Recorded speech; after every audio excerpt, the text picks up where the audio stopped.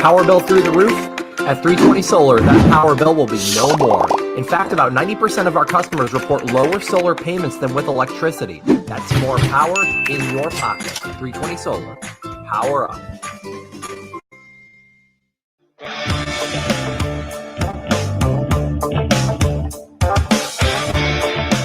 Going solar with 320 may cost you nothing down. But the work we do is not a $0 job.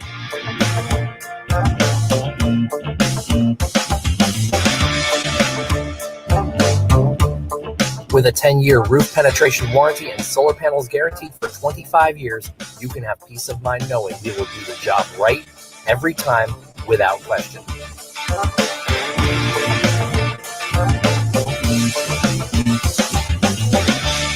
.320 Solar. Power up.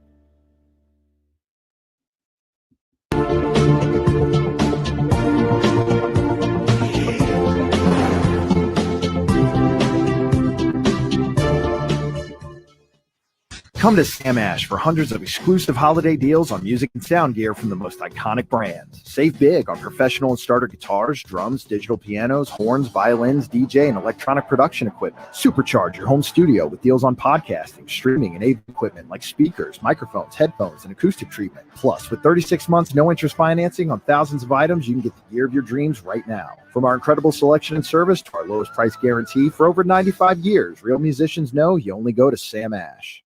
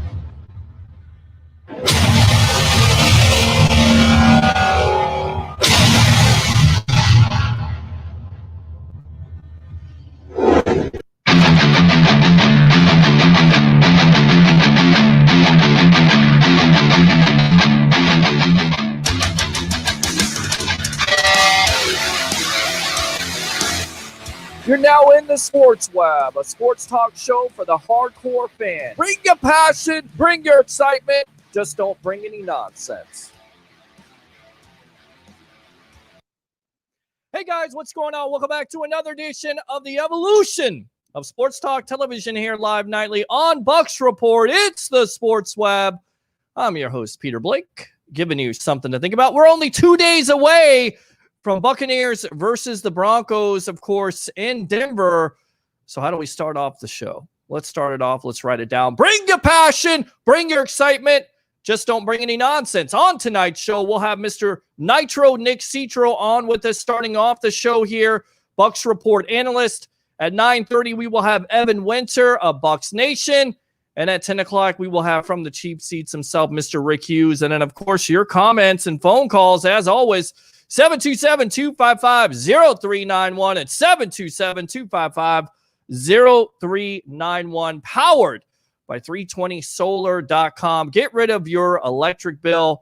Current promotion right now on 320solar.com. Go there, sign up, and you won't pay until 2022. Not 2021, 2022. It's 320solar.com. Tell them Bucs Report, of course, the Sports Web, and Peter Blake sent you. And again, we will be live in only 2 days, giving you your pre-half and post-game editions of the Sports Web live from the Deck Bar and Grill.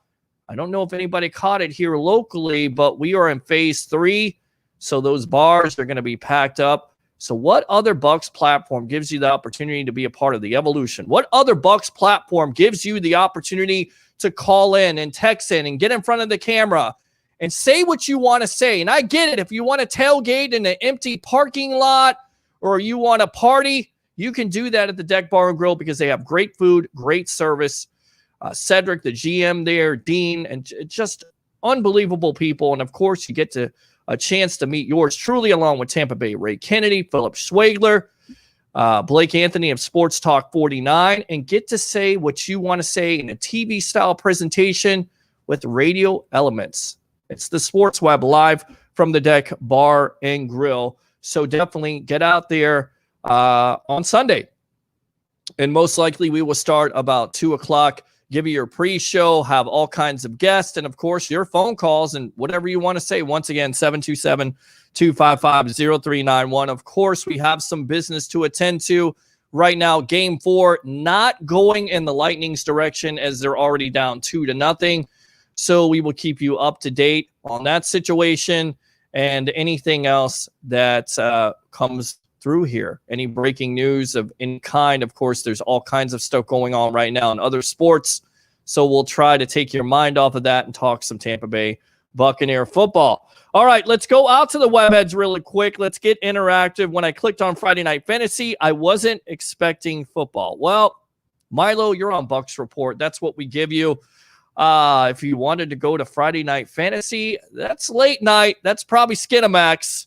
That's what I'm thinking. All right. Christopher Cole says, hey, guys, let's go. Bucks, Bolts, Rays, and Cubs. Will says, is there any question about re-signing David because we have White to take over? Certainly a possibility, Chill Will, that we've talked about before on this show. We'll see how Mike Greenberg and Jason Light approach this situation.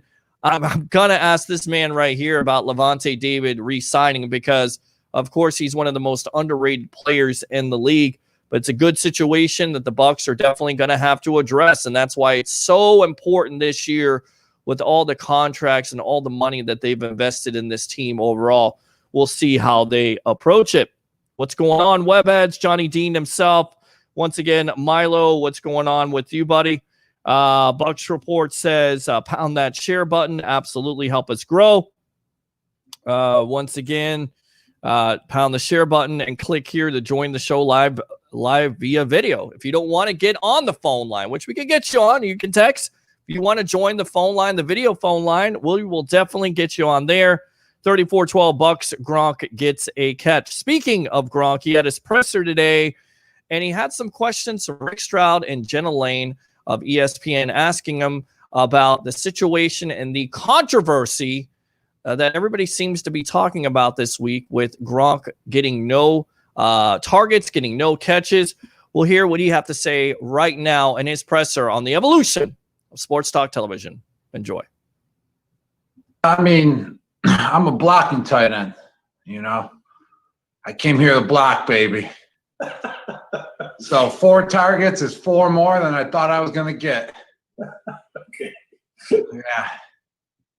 Well, to that extent, to that end, I mean, when you watch Leonard Fournette ice a game away, right? That's got to be fun for you at the end of the game. Exactly. Yes, that was actually a huge run when that's what it's all about, is finishing games, and that's what he did at that time with that run. So that was a great run, definitely by him, and that feels good, you know, to be a part of that, to help close out the game. Thanks, Rob. Yep. All right, next is going to be Jenna Lane. Rob, you're not fooling anyone. While you say you're a blocking tight end, your track record indicates that otherwise, that you have a lot more to offer there. When you came to Tampa Bay, what were your expectations like as far as how much you were going to be used in the passing game? And would you like to see that role increase? I mean, I looked back at your weeks 1 through 2 and the 7 other years that you started the beginning of the season. And aside from your rookie year, you haven't had, you know, such few catches previously. You know, I'm a blocking tight end. That's all I got. That's all you got. But what about all the other times that you were in the red zone? All those red zone catches, all those touchdowns that you've caught. It's not like you just forgot how to do that, right? I think I did. Really? No, I didn't forget. But you know, every game plan can change differently, week in, week out. You know, there's sometimes, you know, in my career, you could be targeted 15 times, and there's other times you can be targeted just a few. I mean, all depends on how the defenses are playing us, how the defenses are lining up against us, who they're taking away, and all that good stuff. So it's just, you know, 2 weeks into the season, so just got to go out there and just keep on fighting. You know, just give it my all in whatever aspect of the game it is. All right, so there you go. There's his comments today. Let's bring on Mr. Nitro, Nick Citro here, Bucs Report analyst, my long-lost brother. I have. It seems like for months now, I know you're a busy guy working through grad school, so congratulations with your accomplishments off Bucs Report air here. But what do you make of these comments, my friend? Do you buy them? Gronkowski just content with being a blocking tight end, baby? I mean, he says, I'm a blocking tight end, baby. What do you say? His presser is kind of hilarious because, you know, he's basically toying with Jenna Lane and Rick Stroud, and then he kind of gives that classic Belichick answer at the end, that classic coach speak where he's like, you know, the defense gives us this and that, blah, blah, blah. To me, it's kind of frustrating to watch a Byron Leftwich and Bruce Arians offense for multiple reasons, not even just including Gronk, but Bruce Arians said a couple pressers ago, we use the wide receivers to catch and the tight ends to block. I'm paraphrasing, but that's essentially what he said. And that just is such a, you know, I don't know if he's playing with the media, if he's telling the truth, if he's bluffing, but, you know, it's just really frustrating when you pay a tight end $10 million to get 3 targets.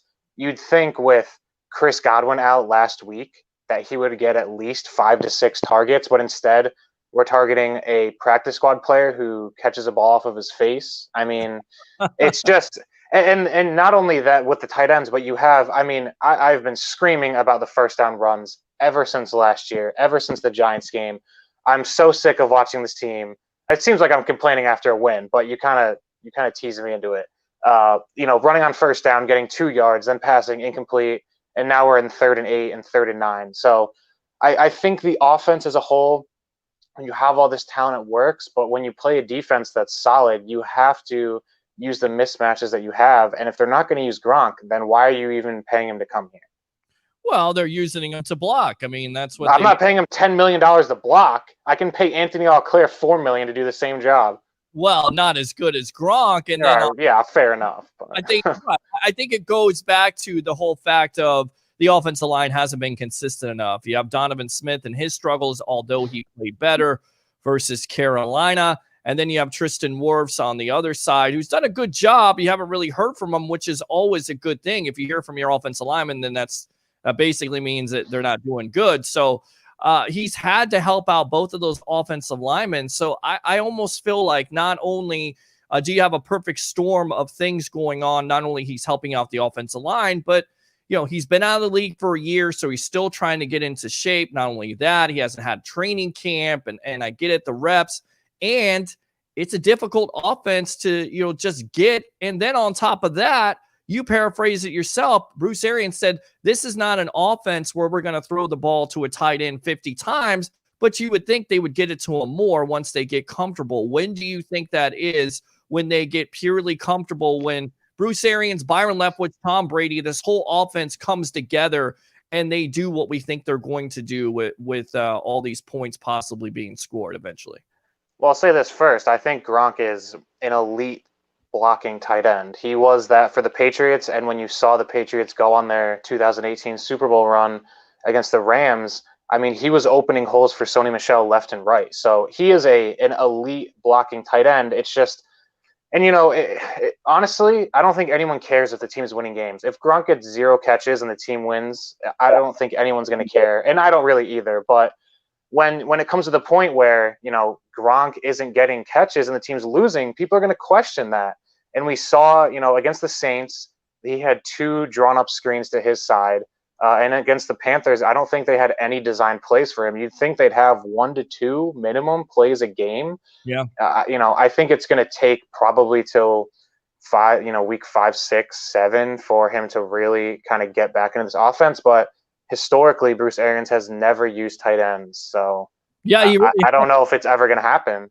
Well, he really hasn't. I mean, he's shown that throughout his career. He talked about Heath Miller in the offseason, but besides that, you really don't see that tight end with all the talent that Gronk has. You're a tape guy. Do you feel like Gronk has seen his best days? Is he still injured, or are we just looking too much into the targets and eventually he's going to show us that he is Gronk still? I mean, it's incredibly frustrating, but I don't think he's washed or he retired for a year. We talked about all offseason. He's going to come back fresh.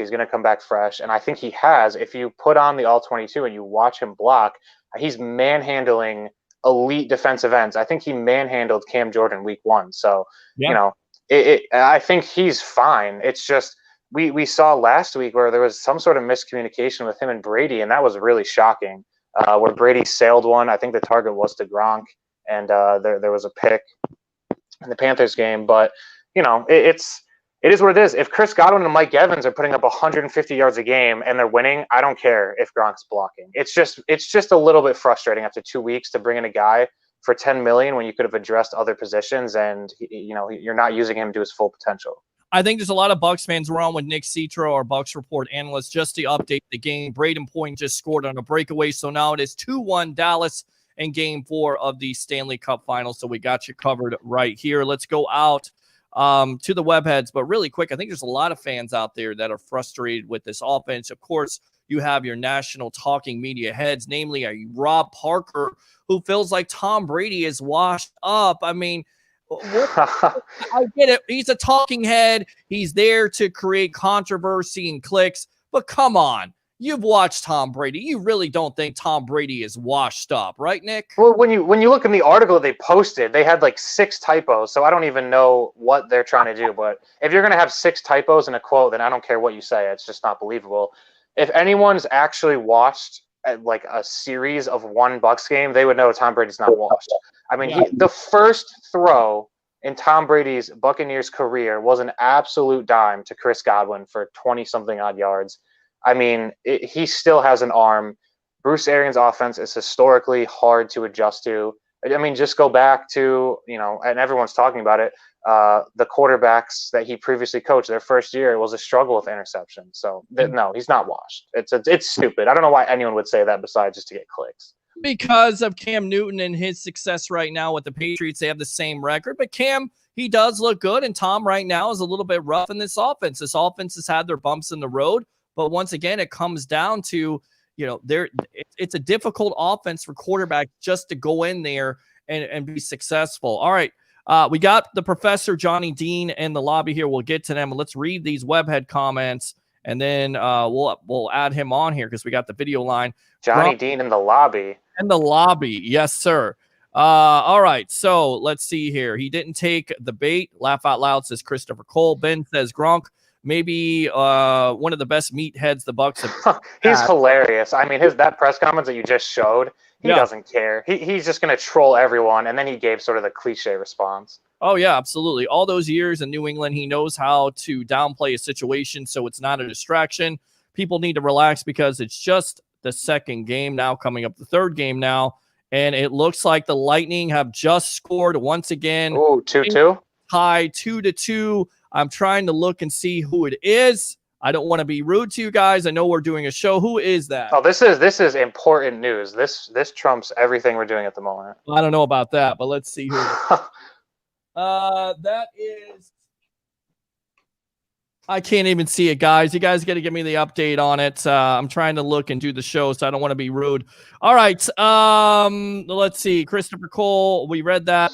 In 49 years, I've never seen so many people obsessed with a tight end and his catches, not even Jimmy Graham. I love Gronk even more now that he's showing more of his real skill set. Milo says, once they establish a running game, they'll start slipping him behind the linebackers. The reason why the $10 million tight end is blocking on the line is because the even more expensive $14 million left tackle isn't, for the most part, doing his job.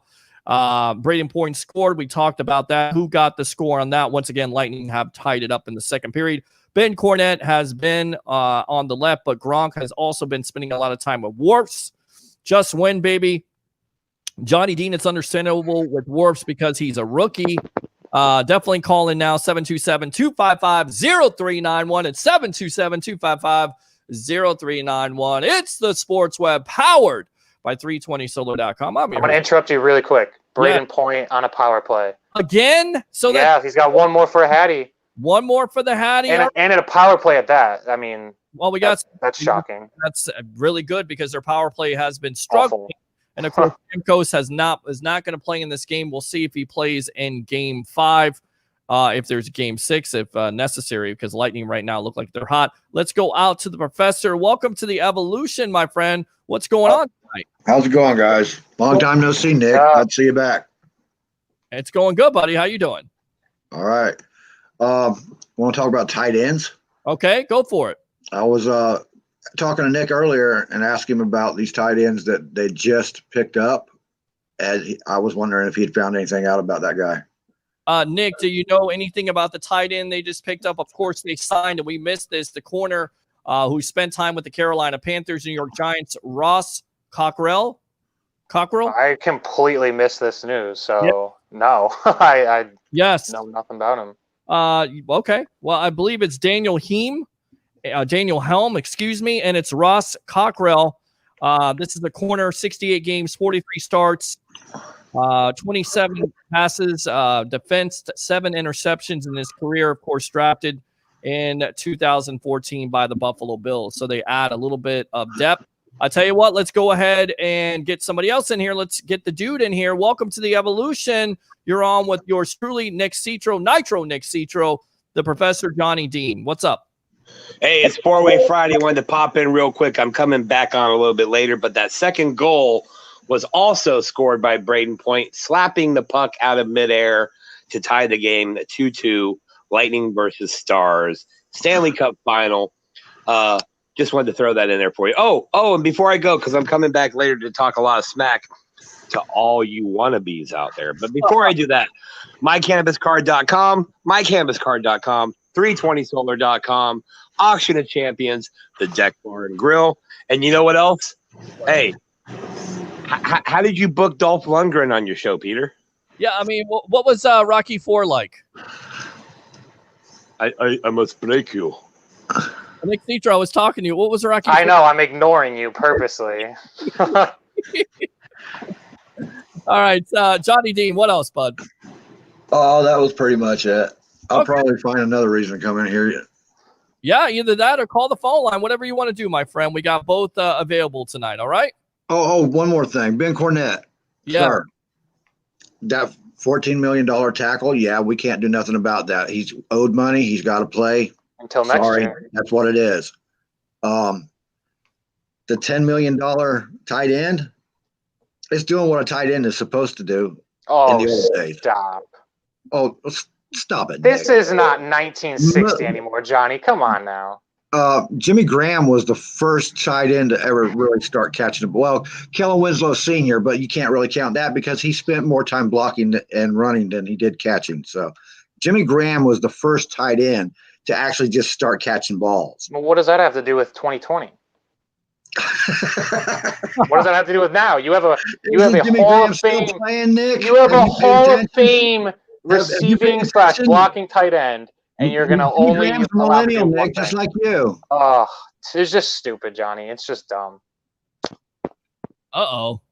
A little bit. Jimmy Graham can't block and can't run the ball. He is not a real tight end. I actually was on his side when he was talking about wanting to be considered a wide receiver. Well, I don't disagree with you what he there. I don't disagree with you there. I mean, he destroyed the Bucs for so many years, but he couldn't block. I mean, he could block a Buccaneers left defensive end, but he couldn't block once he got to the Seahawks. I want to read these comments really quick. We signed David White is just going to take over eventually. This is what Chill Will is talking about. I know how you feel about Levante David. It's a good problem to have. I mean, they get this deal done eventually. We heard from Ian Rappaport that they were almost getting it done. What happened? I don't know what's happened. It's pretty much been radio silence. It seemed like they were on their way to getting a deal done the end of August, and then I don't know if they're holding out to the end of the season, but Devin White is already becoming that successor to Levante David, and I mean, that's certainly not a bad thing as someone who loves Levante David. I mean, Devin White leads the league in tackles. I believe both of them had double-digit tackles in both games. So, Yeah. I mean, it's easily the best linebacking core in the NFL, and I think Devin White can be as good or better than Levante David in his prime. I'm not so sure he'll get as many forced fumbles as Levante David or as many sacks, just given that, his position. But I mean, I think he can be just as good as him. I mean, he's drafted 7th overall for a reason.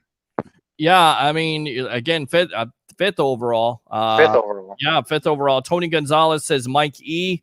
Also says Antonio Gates. And Tony blocked and ran with the ball. Of course, he was so athletic being a college basketball player. And Gates, the same type of deal. So I think Gronk eventually, once he gets comfortable in this offense, I was kind of miffed, though, with Brady throwing that interception, because all we heard throughout this whole process, Nick, was that Brady and Gronk have this chemistry, but on that play, it didn't look like it. What did you see on it?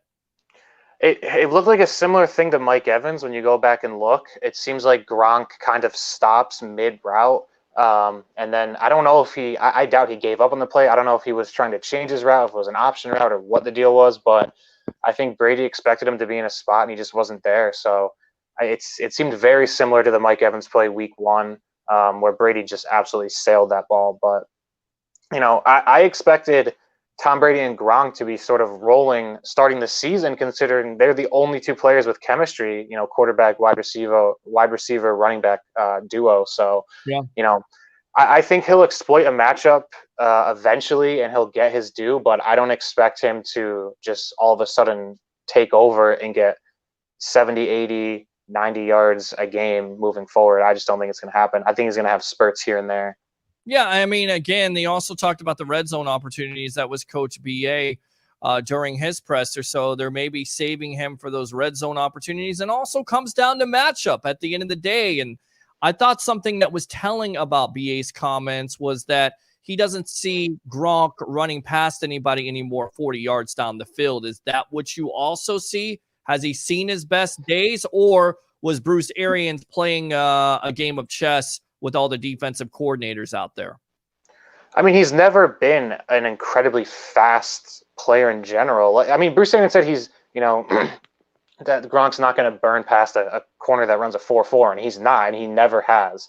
He's going to burn a linebacker because he's incredibly athletic and bigger than a linebacker, and his radius is just insane. I don't remember how fast he was in college, but I mean, I don't see much of the speed drop off when you watch sort of the videos in training camp. The speed looks identical to me. He's not going to burn a corner on a 9 route on the outside. That never was what Gronk did. He was more in the seams, a linebacker's covering him, and he just would abuse any middle linebacker that was on him.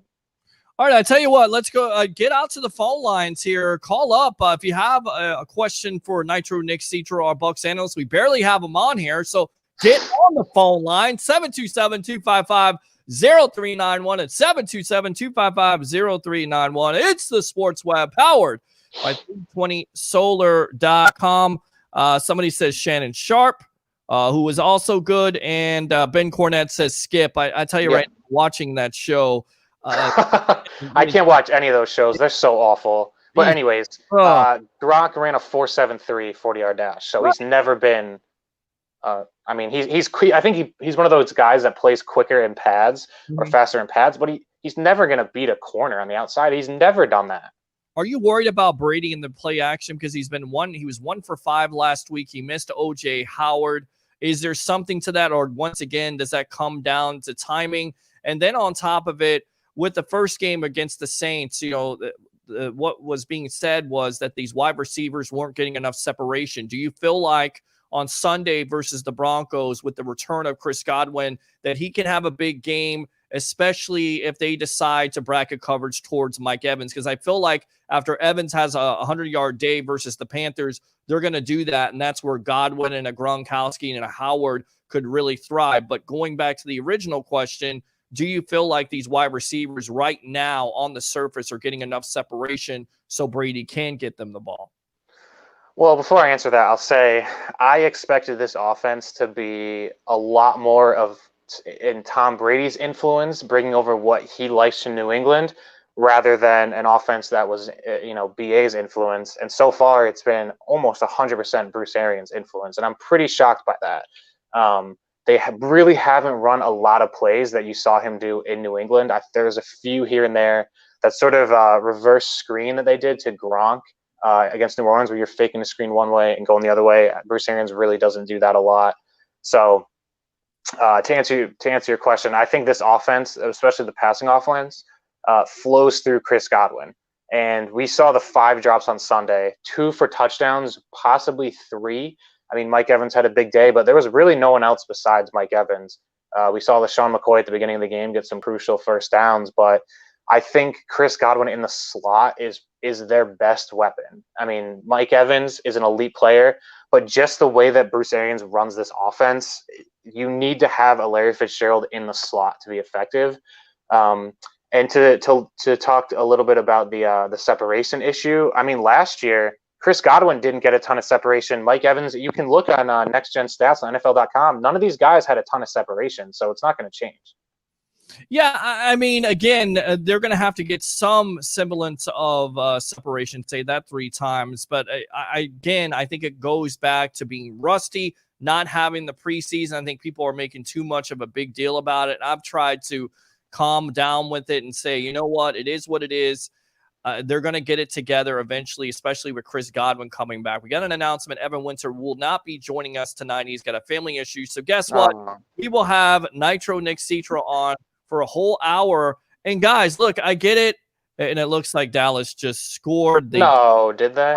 It is 3-2 over Tampa Bay going back. What period are we in? The second? Second period, yes. So we got a game here. So like I said, if the views are not there, the phone calls are not there, I understand you guys want to watch the Lightning game. I'm a Lightning fan too. We'll have your they can do both. Well, you would think so. But I got to ask you, what do you think about what we got coming up on Sunday and what we've had the last couple of weeks at the Deck Bar and Grill? I mean, you got a pregame show, a halftime show. I wish you lived down here because I know. Oh, man, I would be down there if I lived down there, I'd be down there every week with you guys. I mean, first of all, you have Cup of Ray who goes on at 9 a.m. Then you guys are on there 2 hours of pregame, halftime, postgame. Then you've got Rick Hughes of the Cheap Seats. It's like it's Bucs content all day. I mean, you guys look like you have a blast down there. I want to come and eat wings or whatever food you guys got because, I mean, it looks like you're just living the life. Oh, well, we always eat wings. I mean, you know that. Everybody, everybody tells you I'm definitely going to get my wings, or it's usually just wings, but maybe it's boneless. Maybe we go boneless this week because I'm tired of wings, but I never get tired of eating. It's impossible. Did you do that bet yet? Didn't you have like some veggie omelet bet or something? I'm going to do that this week. I'm going to go get You should do it on camera. You got to do it on camera. I'm going to do it on camera. I'm going to get a veggie omelet with spinach, cheese, and bacon. That sounds amazing. The spinach is but right. That's what I'm saying. I'll eat spinach. I'm not going to eat onions. I'm not eating mushrooms. Screw you guys. I'm going to do that. By the way, I got a new stream deck tonight. So if you piss me off, this is what you're going to get. And if you really piss me off, this is what you're going to get. And if you say something that's funny or entertaining, we'll do this. We'll fire those cannons. There you go. And then if you talk about a team that's going to make the playoffs. Yeah. Oh, that's a great one. Kidding me? Playoffs. Yeah. Playoffs. All right. So let's go back to the offense here with Brady. Do you think eventually they will make the offense more to him, more suited to him, or do you think that Bruce Arians is going to run his offense no matter what? Because I feel like this. It's almost like a Lovie Smith situation in the past. I'm going to run my defense. Darrelle Revis, you're a great player, but I can't fit you here. I'm going to go ahead and trade you to New England or let New England win a Super Bowl with you because I can't fit you into my offense. Bruce Arians isn't going to do that again, is he? He's going to adjust his offense to fit Brady and Gronk, right? I think the only way that happens is if there's an absolute just catastrophe and this team is, 1-5, 1-4 going into week 5 and 6. I think that's the only way they change up the offense. Part of the reason why Tom Brady came here specifically, and I don't want to say that, I guess. I think Tom Brady wants to prove that he can run a different offense that's not Bill Belichick. And he wants to prove that he can make those throws. He doesn't have to just check the ball down. I think there's a level of Tom Brady wanting to be in this offense. I don't think that I actually know that. So I don't think they're going to change it unless there's just an absolute just catastrophe and the offense is just not running at all. And I don't think that's going to happen. So to answer your question, I don't think they're going to change it. They're not. Okay.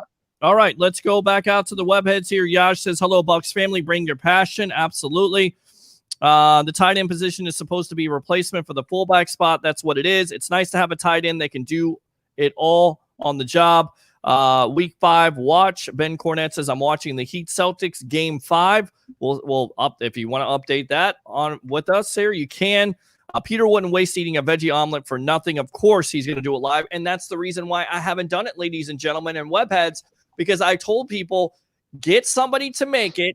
We will sponsor it on air. We'll talk about the restaurant who made it, and then I will eat it on.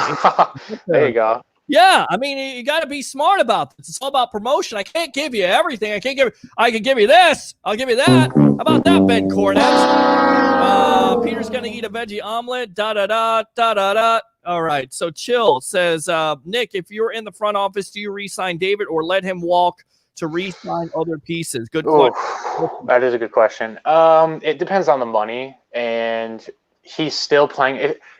I'll put it this way. If it looked like he's declining, then I'm leaning to not signing him. But from everything that we've seen just through 2 weeks, he's playing at the elite level we've always known Levante David to play at. So I would sign him back. You've got the best linebacker duo in the NFL. So, I don't know.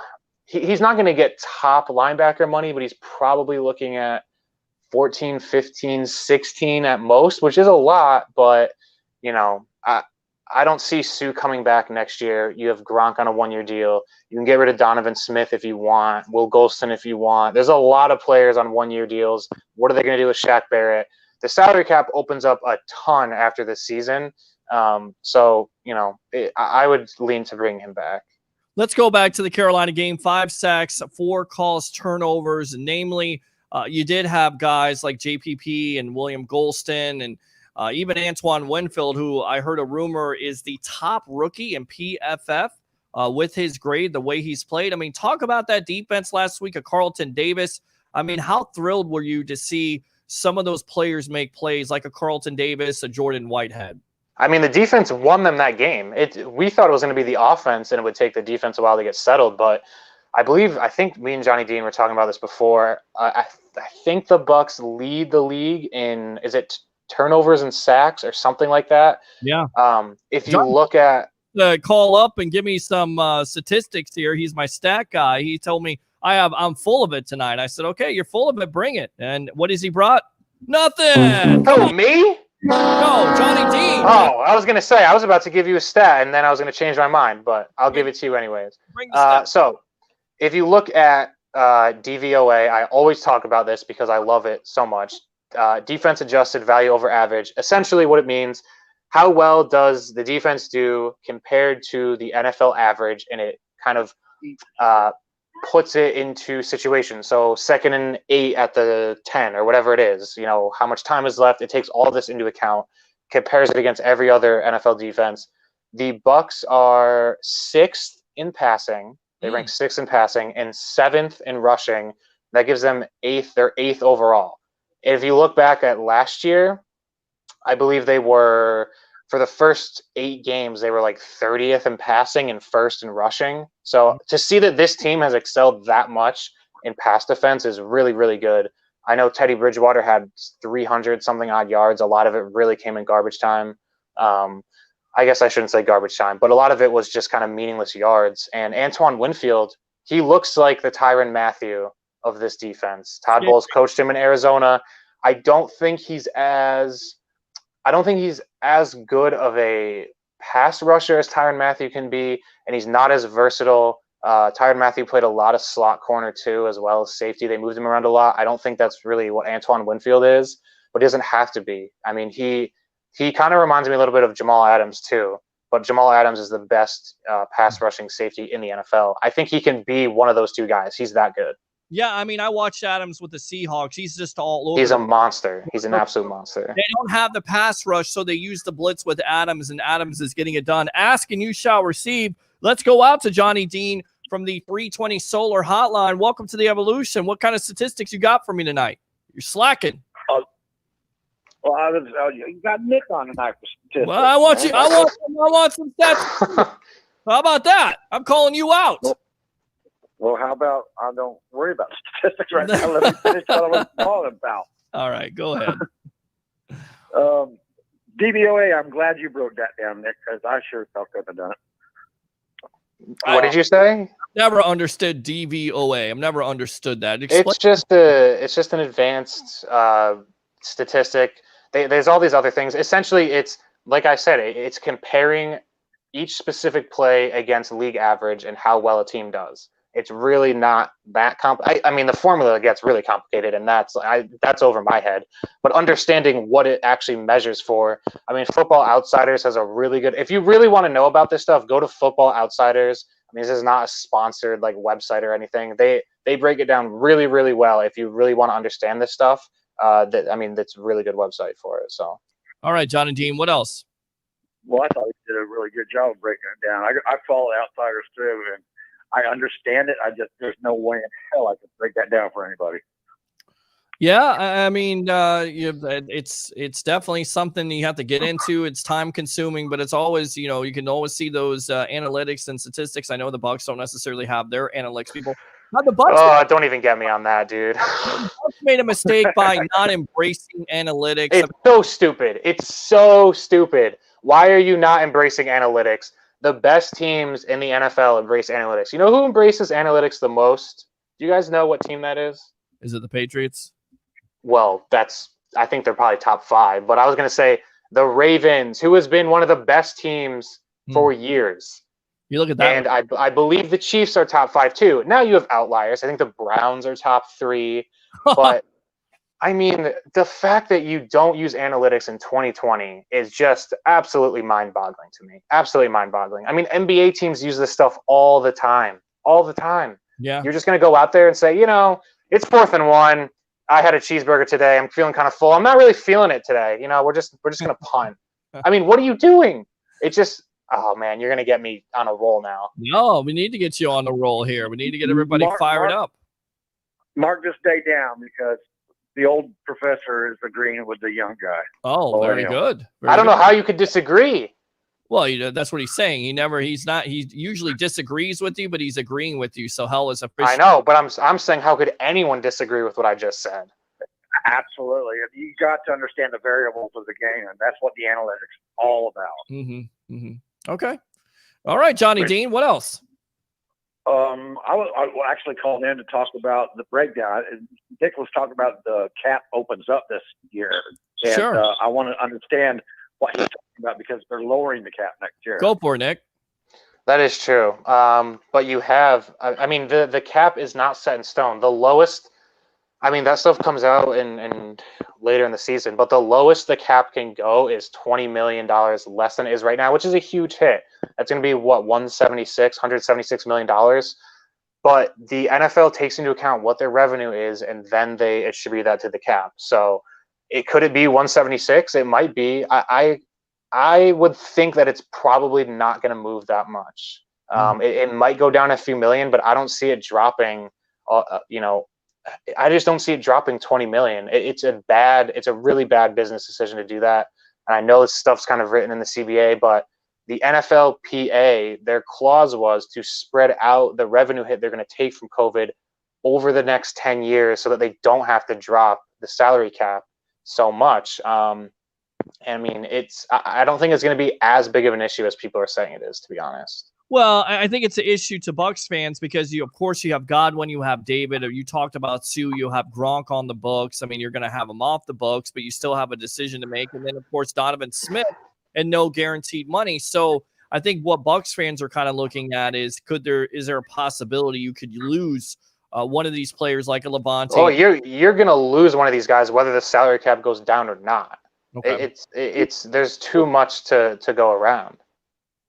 The most this is going to impact is the mid-level players. It's going to impact those that are making between $5 and $10 million a year.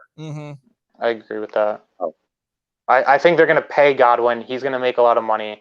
Mike Evans is making a lot of money. I don't see a scenario where Ndamukong Suh comes back. I'm going to be honest. I don't. I don't either. They have Vita Vea that and Ndamukong Suh really plays sort of a left end or right end role. He kind of switches around in a 3-4, but he's not worth what he's being paid. All right. What else, Johnny Dean? That's it. That's all pretty much I got covered right at the moment. But I'm sure I can call in later. Oh, absolutely. You can use that second, third, fourth call. We'll take calls all night long. Like I said, if the response is good, we'll stay on. If not, I get it. There's a hockey game on. There's basketball on, and we'll have you covered for Sunday. So don't worry, all right? Later, guys. All right, later. So, again, open phone line on the 320 Solar Hotline, 727-255-0391 and 727-255-0391. At the top of the hour, we'll go to our commercial break. We'll have you on just a little bit longer, and then we will definitely get back to you here on the evolution. Let's talk about the Broncos, of course, coming into this game very banged up. Drew Lock, quarterback out. Cortland Sutton, upcoming wide receiver out. Philip Lindsay, doubtful. Jerry Jeudy, limited. Looks like he's going to play according to James Palmer of the NFL Network. You have Justin Watson for the Bucs out, but besides that, Bucs are pretty healthy. Broncos, you're getting a break not only with all those players, but of course, Von Miller. Yeah, this team is probably one of the most injured teams in the NFL besides the 49ers. If people follow the entirety of the NFL, the whole MetLife Stadium grass issue where, Jimmy G, I think, got hurt. The running backs got hurt. It was a mess. But, last I saw, Jerry Jeudy was questionable. That probably could have changed by the time that I'm here. So, yeah, they have Jeff Driscoll starting at quarterback. Their number one option is going to be Jerry Jeudy or Noah Fant, who I like those guys a lot. Jerry Jeudy obviously is an elite receiver coming out of college, right. And I liked Noah Fant a lot. But this team defensively, losing Chris Harris Jr., that would have been one of the best matchups all year against Chris Godwin. They're going to get destroyed on Sunday. If this Buccaneers team does not beat the Broncos by 17, 21 points, I'm going to have an issue because this team has no talent anywhere. Yeah, I mean, they're still been able to stay in games with their defense, and they have Bradley Chubb. So They have Bradley Chubb, but you should be able to game plan for one guy. I mean, I guess their defensive line is okay. Their secondary is not good. Their linebackers, I'm not a fan of. Their offense is nothing to be afraid of. And people say, oh, they're going into Denver. They have the what is it? The air. What am I trying to say? Not quality, but it's you know what I'm trying to say. And Mike Evans said he said in the press conference, I don't care about the air. You go in and win the game, and that's essentially what I'm saying too. Any concern about Tom Brady with his 4-7 record? He hasn't done well against the Broncos, or is that just in the past where they did have a Von Miller, they had a Peyton Manning, so that's why he struggled so much? They had historically good defenses. That's why he struggled there. I think the last time Tom Brady played the Broncos, I believe the Broncos won, but they had a good defense. This team is really, really decimated. I mean, everyone has been talking on social media about backup quarterbacks. The Tampa Bay Buccaneers have struggled historically with backup quarterbacks. I just think this defense is at a whole nother level where it's not going to be an issue Sunday. They really, if this team is a Super Bowl caliber team, it should be a beatdown on Sunday. And I know the game against the Panthers, we all said that and it was close, and sort of the Leonard Fournette touchdown made the box score look like it wasn't. But I think this game should be, you're going to the fourth quarter and it's like this game is over. Yeah. This team has nothing left besides a rookie wide receiver and a developing tight end. There's nothing on offense. Couple rookie wide receivers. Don't forget KJ Hamler. KJ Hamler too, and they have Melvin Gordon, but he's done nothing. If you go back, they have the DVOA statistics go to every position. It's not just defense, and he's incredibly inefficient. I think he's 30th ranked running back. So I mean, they have named players, but they're not doing well. The offensive line isn't great. I'm just this Broncos team is not good. They're not. No, they're not good, and it should be an easy win, but it's 2020. How does Kappa look to you? Says Chill Will. Kappa's looked good. I mean, if you look at the all-22 tape, he struggled a little bit against the Saints. They did some stunts with Cam Jordan, which you'd expect. Cam Jordan's an all-pro defensive end. Against the Panthers, I thought he played a really, really good game. The whole offensive line, I mean, one QB hit the whole game against the Panthers. He was an integral part of that Leonard Fournette run for a touchdown. I think he's pretty underrated. When's the last time you've heard Alex Kappa's name in a game? You haven't. I mean, you haven't, because he's been good. I'll tell you what, save that thought. Let's go out to the phone lines. Welcome to the evolution of Sports Talk Television, the Sports Web, along with yours truly, along with Nitro, Nick Citro, our Bucs Report analyst. What's your name? Where are you calling from? It's Yash from Colorado. Hey, what's up, Yash? How you doing?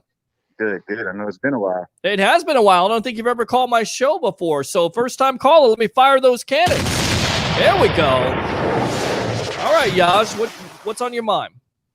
Well, I just want to know, what does Nick think, who's going to be the breakout player for this game? Who do you think is going to be the breakout player for this game, says Yash? Is it possibly a Chris Godwin on offense, or offense, defense? Each one? Each one. Okay. Yash says offense and defense breakout players against the Broncos. I think just in terms of players that have the best game on each side of the ball, I think it's Chris Godwin. They're just going to abuse the slot. I mean, I believe they have an undrafted rookie in there at slot. So it's going to be Chris Godwin. Defense is a bit of a tougher one because you had a ton of guys contribute last week. You had Ndamukong Suh with 2 sacks. You had Jordan Whitehead with a pick. Antoine Winfield with a strip sack. I believe you had Carlton Davis with an interception. So it was pretty much a team contribution. If I had to go with one guy, I'm going to go with the storyline. And you know where this is heading, Peter? Mm-hmm. It's going to be Rob Gronkowski. No, Shaq Barrett. Come on now. Well, Shaq Barrett on defense, but how about Gronkowski in the I'm still going Chris Godwin. Okay. That's fair. Okay. Good stuff. Shaq Barrett homecoming game. Well, definitely. I mean, with no sacks, already being motivated in a terrible offensive line, that's a recipe for disaster for the Broncos and greatness for the Bucs. What else, Yash? Well, here in Colorado, the fans are scared. They really are. Even on the news, they're expecting getting beat by 14 points. Yeah, I mean, I definitely think that's certainly possible. Of course, the Bucs are 6-point favorite here in this game. I mean, have you seen anything? Jeff Driscoll threw for 250 with 2 touchdowns. No confidence in Driscoll to win this game for that offense? Huh? He's a Florida boy, so you better keep that in mind. Well, I got told by my uncle, who's the biggest Florida Gator fan I know. He said he's a failure as a Florida quarterback. Woo! John Elway couldn't get somebody better than Driscoll. I mean, that's he's a backup for a reason. Well, but you did say it though. Look at our record against backups. Oh, I know. Bucs have a rough record. I mean, does that continue in your eyes? Is that a big thing that you should worry about here, Nick? Are you worried about that, Yash? No, I'm not worried about it. The most thing I'm really worried about is how they're running game. Okay. I know we're number one in like stopping the run, but I do see Melvin Gordon putting numbers up. Well, Melvin Gordon's going to have to put some numbers up, and the Lightning are on a power play here. We'll monitor this situation as they're trying to get back in the game. But Gordon is what's going to take the pressure off of Driscoll. But I'm sorry to say this run defense has been just unbelievable, shutting down a Kamara, shutting down McCaffrey, and hurting him. I feel like Gordon is in the same vein, and the only way they can do that is if they're going to be successful with the Melvin Gordon out of the backfield catching the ball. If it's rushing, I feel like this defense, have they given up a 100-yard rusher since Todd Bowles has taken over the defense? Well, that's a good question. I'm going to go look that up now. I don't think they have. Even a Derrick Henry. The only thing I'm really worried about is Denver. I'm sorry, Brady record here in Denver. It's only, 4-7? Okay. And so he hasn't done well here in Colorado. Well, that's it. 4-7, I think his record is in Denver, but I think they'll have something waiting for the Broncos. And even though the Broncos have stayed in those games, they have way too many injuries. And like Nick said, they have a young secondary. I feel like Godwin and Evans are just going to have a field day. And once again, if they do get into that red zone, I would not be surprised to see that blocking tight end, baby, Kowski catch a touchdown and be talking about it next week. I'm just saying. So let's hope for it. We paid for him. No, that's it. That's it. And it looks like the Lightning have just scored once again. It is 3-3. Rick is what a game, man. We're doing a show and we're updating it. I don't know who scored on the power play, so we'll get that for you here. I guess watch the replay. Yaj, what else? Well, it's more like the Rays, they'll win. Yep. And I'll be at the game on Sunday, so I'll be hyped as I don't know what. Well, I'm going to tell you right now, I'm going to need you. I'm going to send a video link to you, and I like to get a fan's response on the sports web. So if you're down for it, charge your cell phone up, get somewhere where there's a good signal, and we'll get Yaj here on the Evolution, all right? It sounds good. I'll do it. All right, my friend. Thanks a lot for the call. Appreciate you. Use that second and third call here on the sports web, powered by 320solar.com, all right? Yes, sir. Keep it up here. All right. Thank you, Yaj. Appreciate you. I love that guy, man. He's awesome. Another web head here. So are you going to be on Sunday, or am I going to get a prediction from you tonight? I told you off air that Sunday was going to be – I'm coming – okay, I'll promise you the Chargers game. I will be there 100% on stream. So I'll give you my prediction now. All right, go. Here we go. I haven't even thought about this, so this is really just off the cuff. I'm going to go – you know me. You know what? This ain't no pansy radio show where, or sports talk show or Skip and Shannon. Skip. They didn't like that. It ain't that type of show.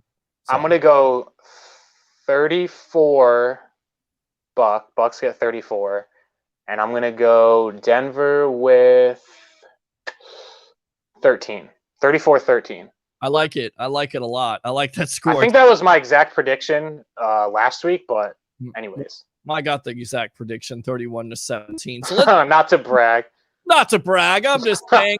I'll give you another prediction right now, Webheads. By Sunday night, after the Saints-Packers game, your Tampa Bay Buccaneers will be in first place. That's how bad the Saints are. They're going to lose to the Green Bay Packers. That's right. The wheels are going to fall off of that Saints Trojan horse. How about that? When are we going to see a certain Jameis Winston? I think you see Taysom Hill before you see Jameis. No way. Really? He invested the money in him. I don't think they're – I mean, this is totally off topic now, but I just don't see them putting him in as a backup quarterback because they use him everywhere else. But I could be 100% wrong. I have no idea what they're thinking. I agree. You got to follow the money, though. The money says it's him.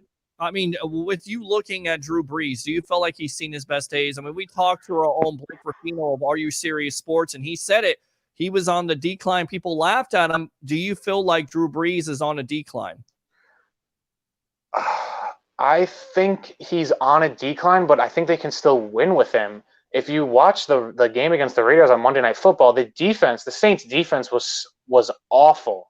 They were atrocious against a Raiders offense that is, I mean, Derek Carr, I mean, their offense isn't that great. So I think really the storyline of that game should have been the Saints defense was bad. Yeah. Drew Brees has been the check down king for 2 years now. This is not a new story. Also, the Saints, I believe that was a stat that they put up on Monday Night Football. The Saints have started 1-1 or 0-2 since 2013. They've never started 2-0 since that time, 7 years, and then they've always gone on runs. So if I'm a Saints fan, I'm really not worried about them. Okay. All right. Good stuff. Mr. Nitro, Nick Citro, thanks a lot for coming on the Evolution Bucs Report analyst. Go ahead and promote yourself. Where can they follow you? And of course, get all that analytical stuff that everybody here on the sports web. As always, at Nick Citro on Twitter.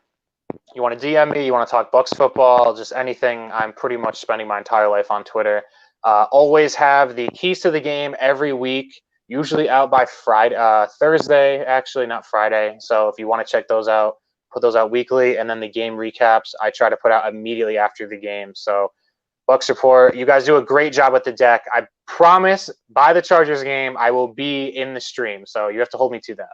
Absolutely. We'll definitely hold you to that for the LA Chargers who have their own issues with their doctor puncturing a lung. No, that was just awful. Awful.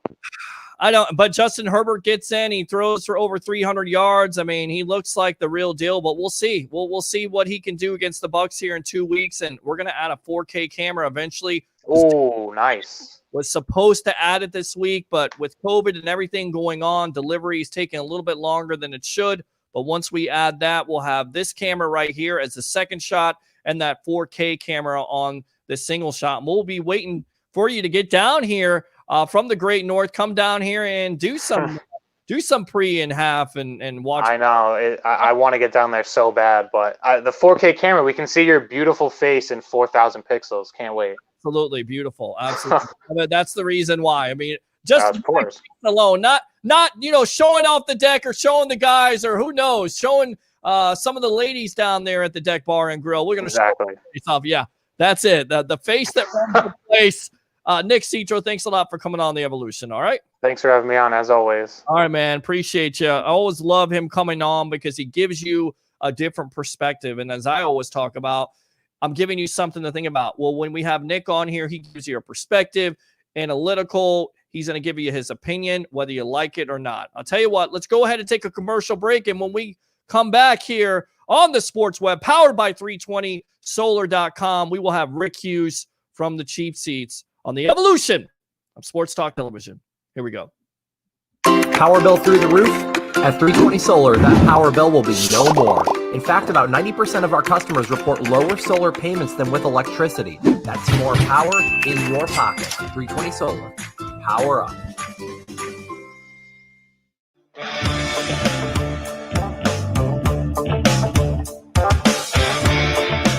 Going solar with 320 may cost you nothing down.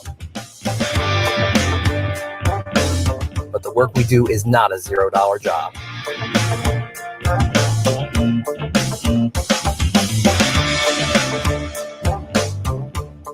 With a 10-year roof penetration warranty and solar panels guaranteed for 25 years, you can have peace of mind knowing we will do the job right every time without question.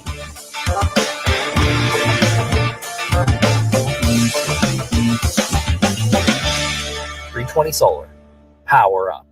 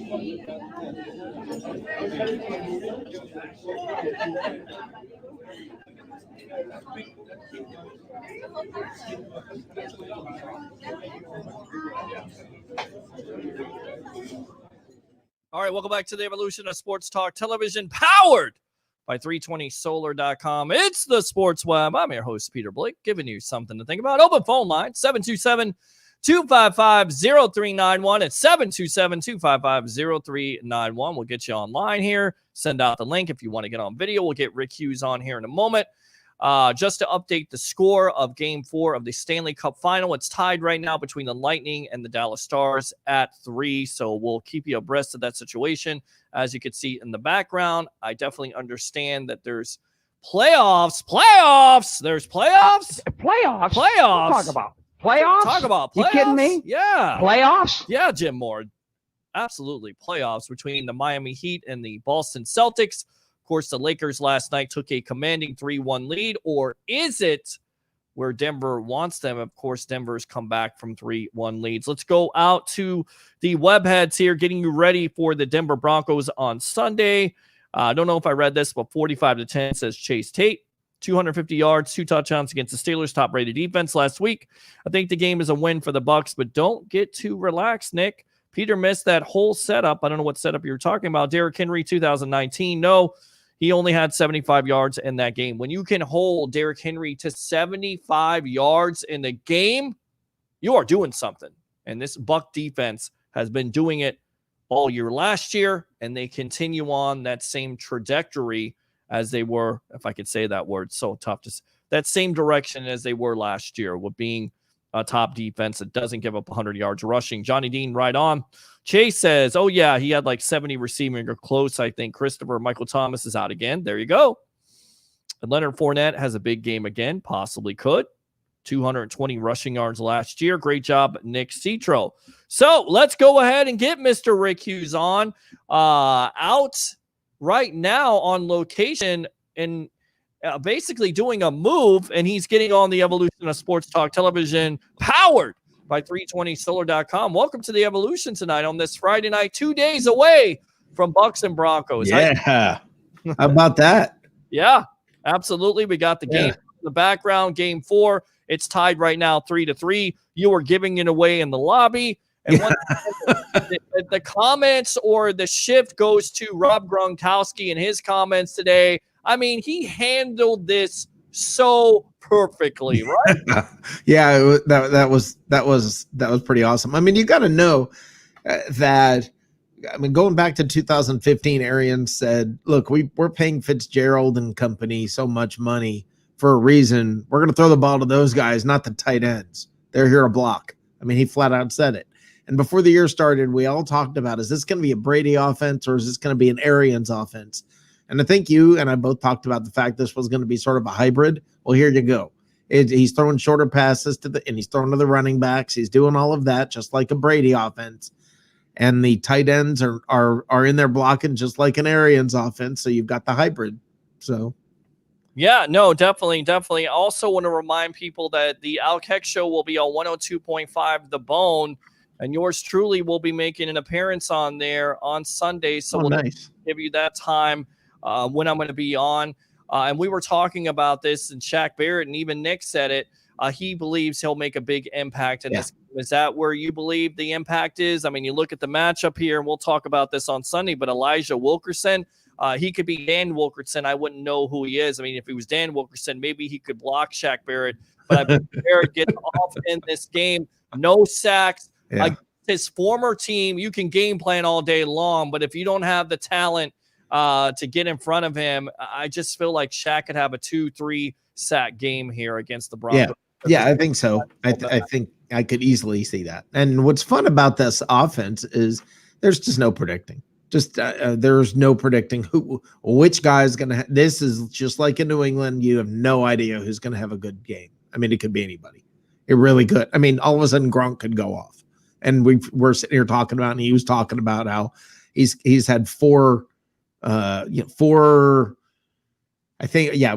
receptions or 4 targets the whole year. He's caught 2 for 11 yards. Right. And, he's run 42 routes the whole year. He's only caught or had 4 targets. And now all of a sudden, watch, he'll go off. I mean, that's the beauty of a Brady-led offense. You just never know what the heck's going to happen. As soon as you think a guy is kind of out of the picture, he goes off. So I don't know.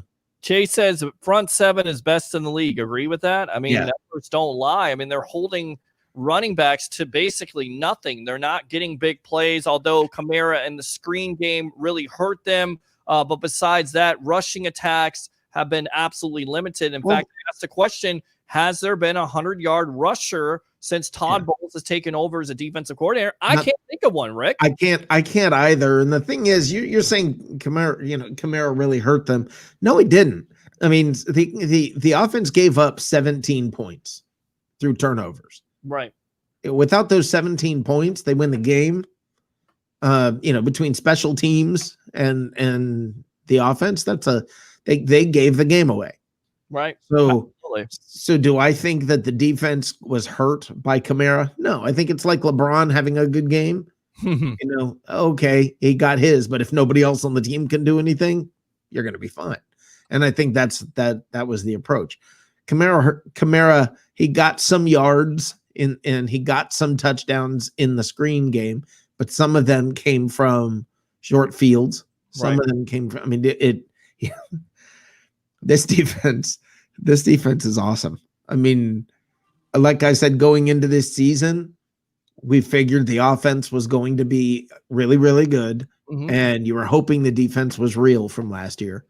And now you're looking at the team and going, wow, this defense is awesome. I hope the offense does well.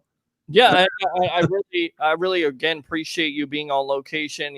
Ladies and gentlemen, he's in the middle of a move to Charlotte. So how is that going? I hate to move, and the worst thing I hate about moving is basically packing and then unpacking. I just hate the whole experience. So how is that going for you? Tell everybody about this move. You're going from Atlanta to Charlotte, right? Yeah, it's kind of funny because the way that it's working is for day job reasons. And I cannot move into my new place until the 1st. It's not available until the 1st, but my job starts on the 28th. So I'm in a hotel for a week. That's why you see this lovely background. And we were hoping that the internet was going to work good. If I'm guessing my signal is good. And if that's the case, I'll have a show on Sunday. It'll look like this, but we'll still be in the cheap seats. Well, the signal is very good, and knock on wood, we haven't had any problems tonight with StreamYard. We got our little glitches here and there, so hopefully it doesn't happen. But I'm at 1080p right now. StreamYard actually upgraded this, so I'm at 1080p, full high definition. You look good. So tell everybody about the cheap seats and what that show is all about. Cheap seats it's a fun, basically a recap show where we talk about all the games of the day. Obviously, mostly we're talking about the Buccaneers because that's the game. I mean, we're on Bucs Report. That's the game everybody wants to talk about. There's also a game that's going on live during that time. And I have a monitor. I'm even set up here with a monitor to where I can see the game and we can talk about the game that's going on live. We recap the day and talk some football. Yeah, no, it's good stuff. All right, let's go out to the lobby here. Let's go out to our video line here. By the way, we don't have a sponsor for that video line. I'm just saying. We can get you a sponsor for that video line when we go out to it. Let's go out to the dude. Welcome to the evolution of Sports Talk Television. What's on your mind tonight, dude? What is going on? Back at it again. Hey, can you put Rick up on screen real quick for me? Absolutely, I can. Here we go. Why am I scared? Rick, Yes. Rick, Yes. look over your left shoulder. Maybe you should let some sunshine in. Yeah, I don't think so. No? I don't think I'm touching those curtains. How are the curtains doing over there, Rick? They smell funky. Little cheesy, eh? Yeah. We're in the Rick is like, you're an asshole. Lightning 3 Be to careful 3 or I'm right- gonna tell the story there, dude. Well, it's okay. I mean, if you tell it, it's more funny. Because right behind you is the curtain of death.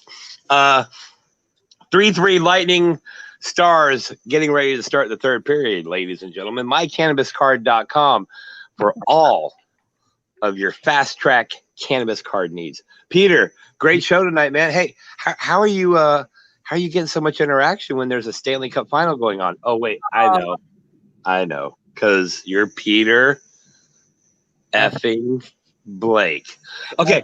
I just wanted to pop on because I saw Rick on screen from the hotel. Great job with the Wi-Fi, whoever that is. I don't think we should give them a shout out without a paid endorsement. But I was just saying, dude, we got a video line open. We don't have a name for that. We got to name that. We got to get a sponsor on there. Sorry. Oh, my bad. Okay. Go ahead. But Rick, I will say the fact that those curtains are a light color really adds to the story. Great job tonight, guys. I'm sorry to interrupt. I had to pop on. Shout out to all the people at Bucs Report. So Everybody hold on. watching. I'm gonna tell the story. Tell the story. Let's go. So I'm talking to the dude, and dude, you're gonna have to correct me here if I don't get this exactly right. But he was talking about basically some comedian was saying something about how you're always worried about the sheets or the whatever in a hotel room. And he said, so what I do is the first thing I do is basically drop trowel and rub my junk all over the curtains. So now I walk into the hotel room, and what am I thinking of when it comes to the curtains? I don't want to go near them. And there we are. Welcome to dude. Bucs Report and the Sports Web Live on Friday night. Shout out to Tom Segura, stand-up comedian, for that. Basically, like Rick said, everybody, when they stay in a hotel room, not only are they staying in a hotel room, typically they're going to do something crazy and be disrespectful to the hotel room. And so while we all know they change the sheets and everything else, they don't change the curtains. So think about that next time you go to a hotel room and you want some sunshine. And that was basically the joke. And I told that joke to Rick because he was kind of like on the road to go stay in a hotel room. So why not make the guy's day start off on the right foot in a brand new city? Thanks. Anyway, hey, everybody in the comment section, we're gonna put the link back in there. Don't be shy. Like Peter said, everybody, you can call in. That's great. Or you can click the link we're going to put in the chat right now below us, and you can come on via video, and your beautiful shining face can ask Rick exactly what do those curtains smell like behind him. I'm going to jump off here. Rick, I hope you brought your black light, but please don't check when you're on air. Okay, buddy? Yeah, we don't want that. We don't want that. Good Yeah, job. no, I wouldn't want to know. I would not want to know. Yeah, exactly. I'm in a good brand, nice brand hotel. I'm in a place where I should I should be as okay as you're gonna be in a hotel, but who knows? Yeah, no. I agree with that. All right. So looking at the injury situation, it certainly seems like the Bucs have caught in a break. No starting quarterback in a Drew Lock. No starting running back in a Phillip Lindsay. He's doubtful with a toe injury. Of course, Von Miller's been out. You have Cortland Sutton, upcoming wide receiver. So, Yeah, can I point something out about that? Yeah, sure. Go for it. Everybody's talking about Brady's record in Denver. I think you're also talking like against Peyton Manning. You're not talking about right against Driscoll. So I just don't know that I don't know that you're comparing fair things here. I think I'll take Tom Brady against Driscoll versus Manning or whatever. I think that may be a good game. Right. I I don't know. I mean, I love it when people get into these stats. Well, if you look on Sundays west of the Mississippi, when the wind is blowing from the northeast and the temperature is between 52 and 57 and a half, his record is Right. I mean, come on. Yeah, it's just history. That's all it is. I mean, it doesn't necessarily mean it's going to come up again. And you almost feel like, once again, with the injury situation with the Broncos, that the Bucs should win this easily, handily. I mean, they really. And how do you compare Tom Brady on the Buccaneers against Driscoll to Tom Brady on the Patriots against, against Peyton Manning or, Yeah, I don't get it. I don't get it. I don't know. I don't know. I tell you right now, Jerry Jeudy is somebody to watch, even though with the rib injury. I mean, a crisp route runner from Alabama. He definitely has that speed threat, but he is a rookie. I mean, that's going to be a matchup. Carlton Davis, young corner coming into his own, big time turnover last. All we heard in the offseason, top 10 corner. Here's a test. You got KJ Hamler, who's covering the other side, Sean Murphy Bunting. So there is some matchups to definitely look at, and that's kind of the matchup I want to center on. If Driscoll can get the time, which is a big if because that offensive line is so beleaguered, if he can get that time, I think he can get it to those receivers, but I think it's going to be tough because those corners, yet even being young, they are so aggressive, and you feel like that they could intercept or have some turnovers in this game versus a Driscoll. I think you're going to see that. And also, one thing to point out, the Bucs brought Anthony Auclair back up, back onto the active roster. No, you think out of Tanner Hudson. Tanner Hudson. Yes, Tanner Hudson. Yes. Sorry. That's all right. That's all right. Auclair is out with the IR injury. Right. Hudson's a blocker. Well, he's actually more of a pass catcher than a blocker, which is interesting to me, which is very interesting. Is he? Yeah. He needs help with the blocking. That's the problem with the Bucs. So is Auclair, and I'm sorry I'm asking you this question. Auclair's the blocker. He is the blocker, yes. Okay. Yes. All right. So I just got the two flipped in my head. That's all right. That's okay. I rely on people like you who well, there you go. predict perfectly, and I try my best. No pressure this week or anything, Peter. No pressure at all. None. Out there, I could be completely wrong. I went 15-1 in my picks last week. And who did I pick last night? I picked the stinking Jacksonville Jaguars with that stupid mustache and Gardner Minshew, who did absolutely nothing. Is the other guy that did something and never pick the Jaguars. The Dolphins are 0-2. They're not much better. Let's go out to Johnny Dean. Why in the world did I take the Jacksonville Jaguars instead of the Miami Dolphins? You tell me, Johnny. I have no idea, dude. That was a flip a coin game anyway, right? Yeah, I wanted to flip a coin. I wanted to Who's gonna suck more? I wanted to call somebody who cared about that game. Once again, thanks a lot, NFL and NFL Network, for scheduling a god-awful game that put me to sleep. Thank you. You know why they did that, Peter? Yeah, do you know why they did that? I think my insomnia. There's actually reasoning, I think, behind this. I think what happens, every team has to play at least once on Thursday night. That's one of the league rules. And what I think they're doing, if you look at all the games stacked at the beginning of the season, they're the worst games. They're the worst teams. What they're doing is getting it out of the way so that as the season goes on, you have better matchups on Thursday night. That rule needs to be outlawed. It needs to be outlawed. The Jacksonville Jaguars. You don't want to get stuck playing on that short week from Sunday to Thursday more than once. Nah, maybe. Yeah, that's too much of a disadvantage. I understand why they do it. Maybe to the Patriots. Maybe I like to see the Patriots play twice. Play every other week. Yeah. What do you mean why? Because they're cheaters. That's why. Because they won so many Super Bowls. What do you mean why? Let that be their punishment. Why? What do you mean why? Because I hate the Patriots. That's why. I don't want to see the Dolphins and the Jaguars play anymore. By the way, all you Bucs fans out there living the good life and saying, man, I wish we had Fitzpatrick back. Dude, he threw for 160 passing yards last night. He's not lighting it up. Go ahead, Johnny Dean. I had to get that out of the way. Sorry. Okay, I think I can get that out of the way. Okay. One more thing on that. Yes. I do like the matchups between the weaker teams because they usually play better than that. The first game, Denver and whatever it was, the Titans, that was a great game. It was. That's true. And And you get these two equally matched teams, and the games are actually good. Yeah, usually. I mean, it was a 14-7 game, and then last night was not equally matched. That was just, I don't know what happened. I mean, let me ask. No, but seriously, if you get all the teams that nobody cares to watch over with early, as the season goes on, you have the better teams playing each other, and the matchups are better and have more impact, and that's why they're doing it. They're getting Cincinnati. They're getting, they're getting these teams, Cleveland, Jacksonville, Miami. They're getting these teams out of the way.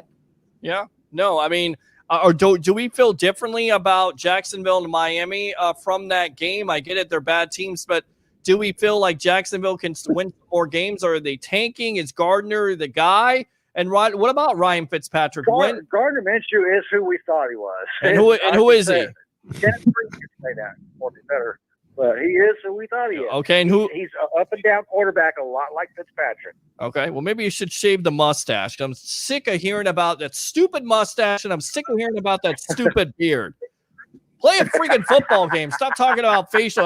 Start talking about my Who's beard. talking here? Look who's talking here, Peter. My beard is better. Somebody called me gray beard today. Do I look like a gray beard? Maybe I should try out for a pirate.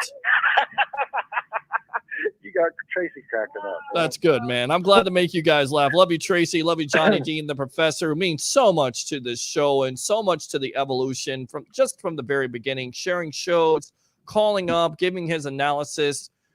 Me and him go back and forth. It's always a great relationship here, buddy. So I always appreciate you. I don't have a choice though in the match. But I did call in to answer a question that you asked about an hour ago. Well, what was the answer to the question? No. No. For what?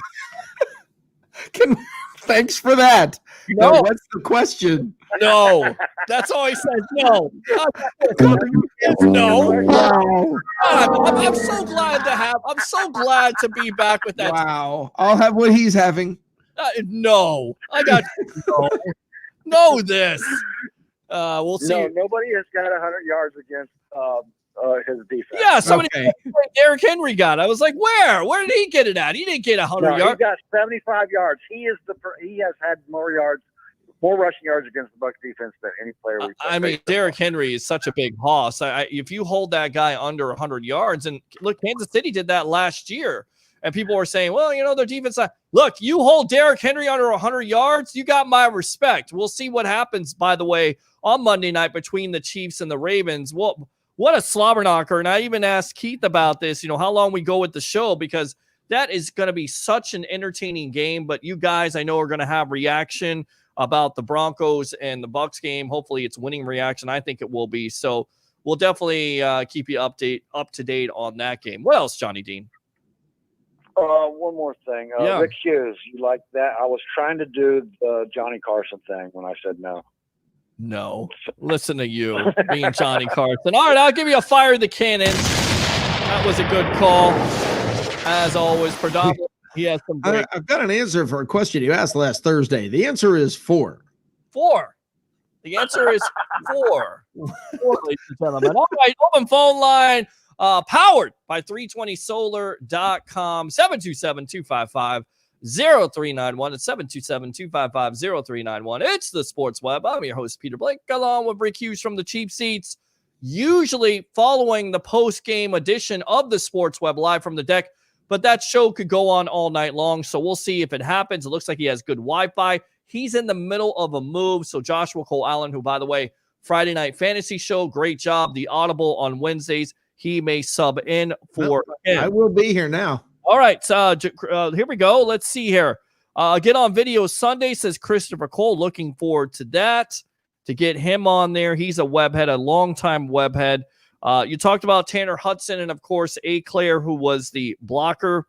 So, going back to this tight end situation, doesn't O.J. Howard this week kind of pop off against a young defense, a defense that has a lot of injuries? Could have robbed Gronkowski. I think Gronkowski catches a touchdown this week in the red zone. For some reason, I feel like he's trolling the media, which he did That's what I think. Fantastic job. That's what I think. Question the way you should, because everybody in the national media, it's always a controversy. That's how you know you're on the map, right, Rick? I mean, the controversy was, it started off, Coach Arians is being too critical of Tom Brady. Tom Brady has lost his arm strength. Now this week, Rob Gronkowski not getting the targets. What's next week? I sent that link. I sent that link in our chat about whoever that was, some guy from Fox Sports. Bob Parker. I'm going to get Clarence to play that on Sunday because that jabroni doesn't know what he's talking about. He's been a long time Brady hater, just like Max Kellerman, and both of those guys have been proven wrong numerous times and continue to run their fat trap. I mean, let me prove to you how Brady sucks. He only won his 6th Super Bowl by X number of points. By the way, shout this out right now. Steve Barrett is tuning in. You know who Steve Barrett is? The father of Shaq Barrett. Steve, your boy against your son is absolutely going to explode against absolutely and the Broncos. I feel like 2 to 3 sacks. And by the way, that's not indigestion. I didn't eat before I got on here, so I'm definitely going to have something late night. But that's my feeling. I feel like against that offensive line, Shaq will have a big game versus the Broncos. Going back to Driscoll, who once again my uncle was watching. He said he was an the score, Peter. 4-3 Lightning. And how many minutes do we got there? 51 seconds left in the third period. Who scored it? Is it Cooch? Or was I'm not sure. I looked up. I missed it. I think it's Killorn. I think it's the killer Killorn. Okay. Alex Killorn, I believe, from what I'm looking here. And you have to understand this. This is such a great thing to do because you look at it from the perspective the other night on Wednesday. You have a Buccaneer great in Ricky Reynolds. You're talking to him about the Bucs game after they beat the Panthers. You have the Lightning game on the background. You got Tampa Bay Ray Kennedy texting you saying the Tampa Bay Rays just won the AL East. I'm from Tampa. I'm not a northerner, okay? Yeah. I've felt all these teams' losses in my bones, and I've also been able to celebrate, and 2020 has been a magical year, and it can... Sunday night, you may be able to say this. You may be able to say that on Sunday night, you may be able to be celebrating. Well, Sunday morning. I mean, but I understand. But no, hold on. Sunday night, you may be able to celebrate a Stanley Cup championship. Right. The Rays having the top seed in the American League and the Bucs being in first place. I mean, what's going on here? Has hell frozen over? I mean, Dad, what are you doing? Wow. Dad, my dad right now would just be dancing in the streets with my mom. Absolutely. Yeah, that's the way it would be. Yeah. It would be just, I mean, it's been amazing. Go figure. And if you don't like Tampa Bay sports, I'm sorry. You're on a Tampa Bay Bucs Reports show. We love Tampa Bay sports. I grew up on Tampa Bay sports. My dad sat me down when I was 8 years old and said, boy, and he said it like this, boy, you are a Bucs fan. You are a Seminole fan. You are whatever baseball team at the time, which we had no baseball team. So I hooked on with the Cubs. It's amazing, his story, Peter. Yeah, absolutely. And Well, what's so amazing about this is when I was 8, my mother sat me down and said, there's going to be a football team in Tampa and you're going to be a fan. That's it. And if that's the exact same story. I had the exact same story. Grounded. I mean, he would say you're grounded. You're not going to like any other team besides that. And somehow my nephew, he became a Gator fan because his stupid dad. Sorry, but he's a Gator fan. So he's a Gator fan now. He's also you're an FSU fan. I'm sure you are. Sorry, but that's okay. I'm sorry about something with FSU. By the way, can they pull out a win versus the Miami Hurricanes? All right, I'm just blabbing my jaws. Let's go out to the 320 Solar Hotline. Mr. Matt Colson, where you been all my life? You're on with yours truly, with Mr. Rick Hughes from the Chiefs Seats. What's on your mind? You probably don't believe this, but I signed up to some kind of a, I don't know. Anyway, I'm afraid where this is going. What now? What's going on? I signed up to some kind of a study. Oh, study. What was the study for? Is examine your brain because you continue to like Baker Mayfield? You're not going to like the answer to this. Oh, geez. Here we go. It has to do with Facebook, Twitter, and Instagram's influence on the elections. Oh, God. So what we're having to do is disengage from Facebook, all that crap, till the 29th, and then they're going to pay me $100 after I take a survey. You're going to pay you $100. $100 to get off of Facebook for 30 days. They should be paying you $1,000. $100. That's it. It's hard to do, man. Dude, you could have an OnlyFans out there and make $100. Come on. Well, not you. I mean, somebody else. I don't want to see that. But, who knows? Maybe somebody out there likes Matt Colson and OnlyFans. I don't know. I wouldn't 100 know because they put it on Facebook and say, man, I really miss you. And I can't look at it. I cannot believe you agreed to something like that. That's like you agreeing to a bet with Baker Mayfield, right? That's what that's like. Man. You'll never live that down. If it's about a Benjamin, I'll take it. I can suffer. I think I could not. I can't go without Facebook. I'm sorry. I don't post like, this and that and the other thing, drama. I post my shows and what we're doing here with Bucs Report. But Jesus, if I had to do without Facebook for a month and only make $100, that's a waste of time. Give me 1,000 and we'll call I'm it a also day. putting out a very good parental example to my face kids. Face kids. Yeah, my boys that can't get the damn phone off. Sounds like a bad movie on Netflix that everybody's claiming that Hollywood is a part of. Well, that may be. Ugh. Let's not talk about that. All right, I saw a little bit on YouTube, which Sure. I'm allowed to watch. Oh, you're allowed to watch YouTube. Okay, congratulations on that. So I was watching that, and I'd only caught about 3 or 4 sentences, but I wanted to talk about your dad sitting you down and telling you, boy, you're going to be a Bucs fan. Yeah, And then he got it right and said you're going to be a Seminoles fan. he did. And Rick and I come from the same generation, basically. When we were 7 or 8 years old, the Reds were the big deal. Yeah.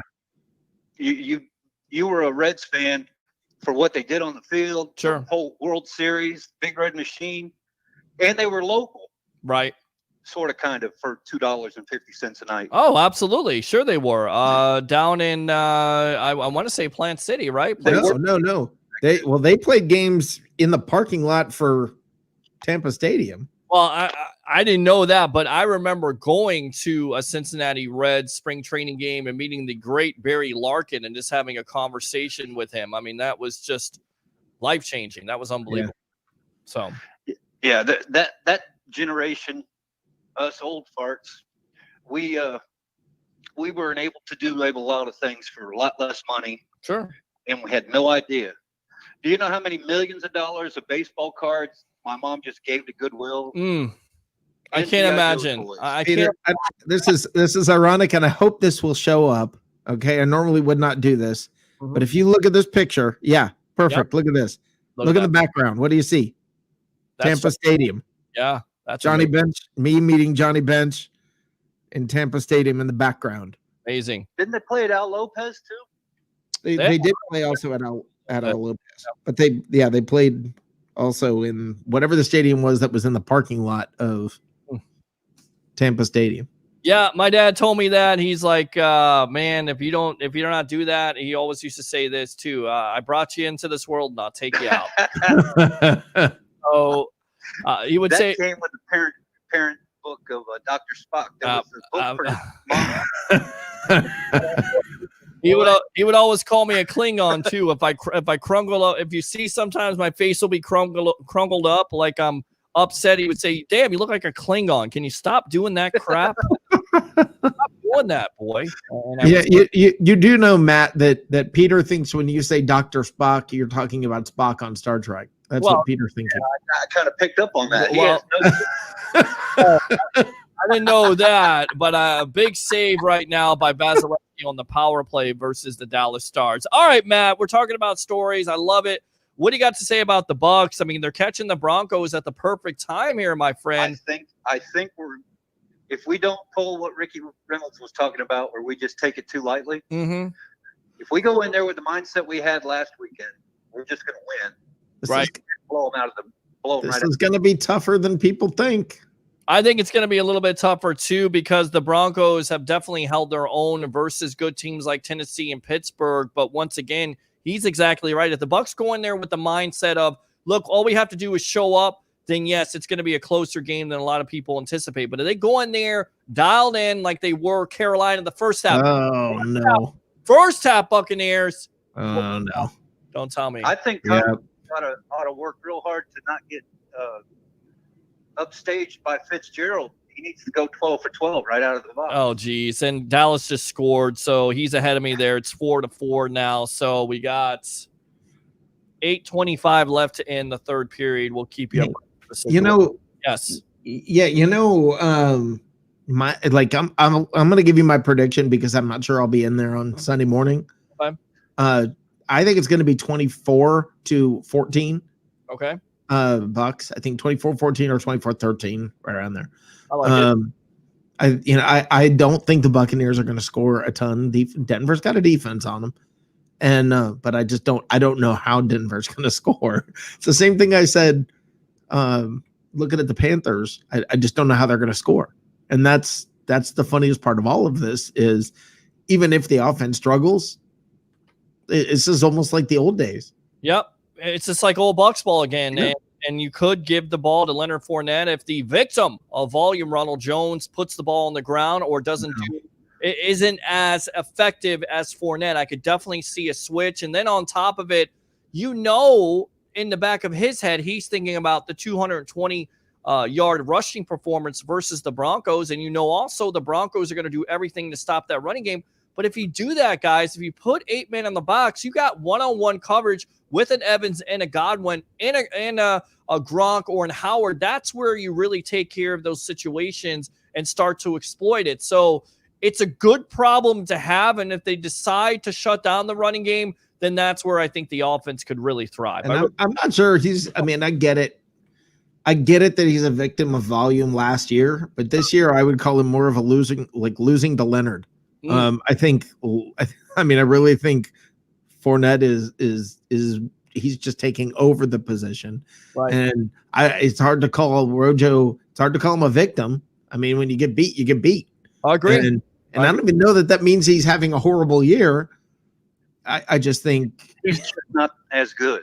Fournette is what he is. Yeah. And right now, once Fournette gets this playbook, and you would have to think in the next couple of weeks, when he's comfortable with it, he may take over the carries. Yeah. That's not a bad thing because you can run both of those running backs. Yeah.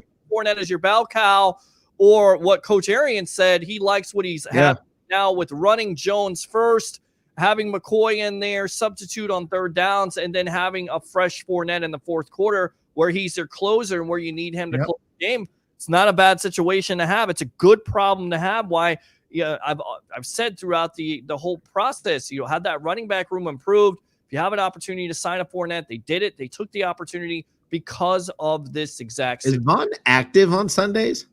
I've not heard or seen from him, so I believe he's been a scratch. But same thing with now Tyler Johnson. Yeah, Tyler Johnson. This in a moment. Matt, what else?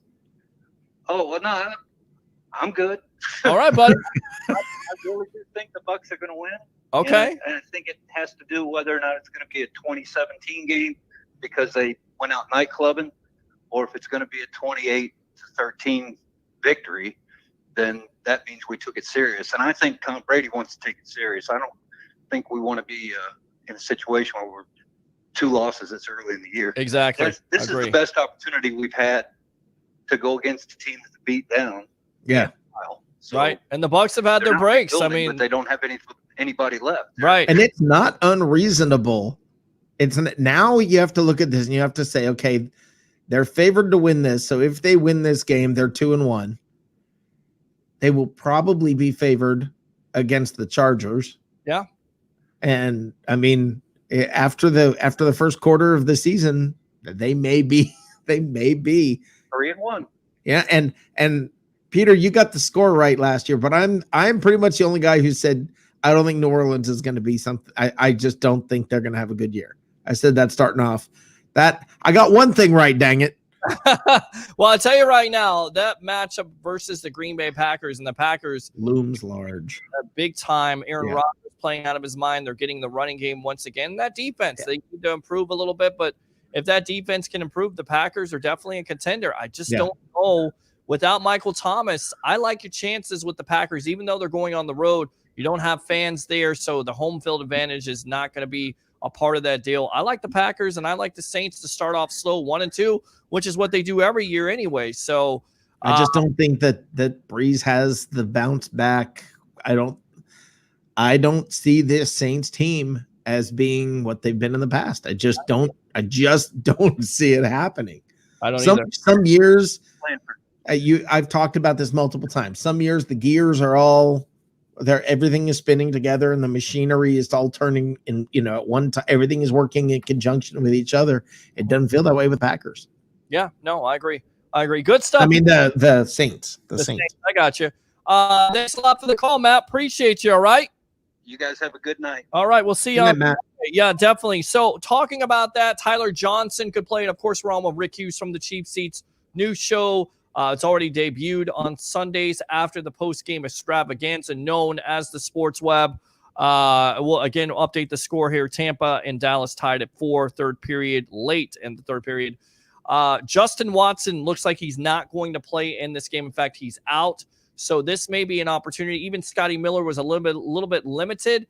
So Coach Arians was talking about this today or a couple days ago about where they would put Tyler Johnson in if he's comfortable enough with the offense. Do you finally think we see a Tyler Johnson in there, or do the Bucs run with what they have in a Sorrell Grayson or whoever else is a part of that wide receiving core? I think you will see Grayson.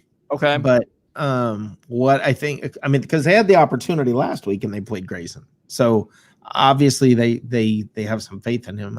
And there's obviously some reason they don't have faith in Johnson.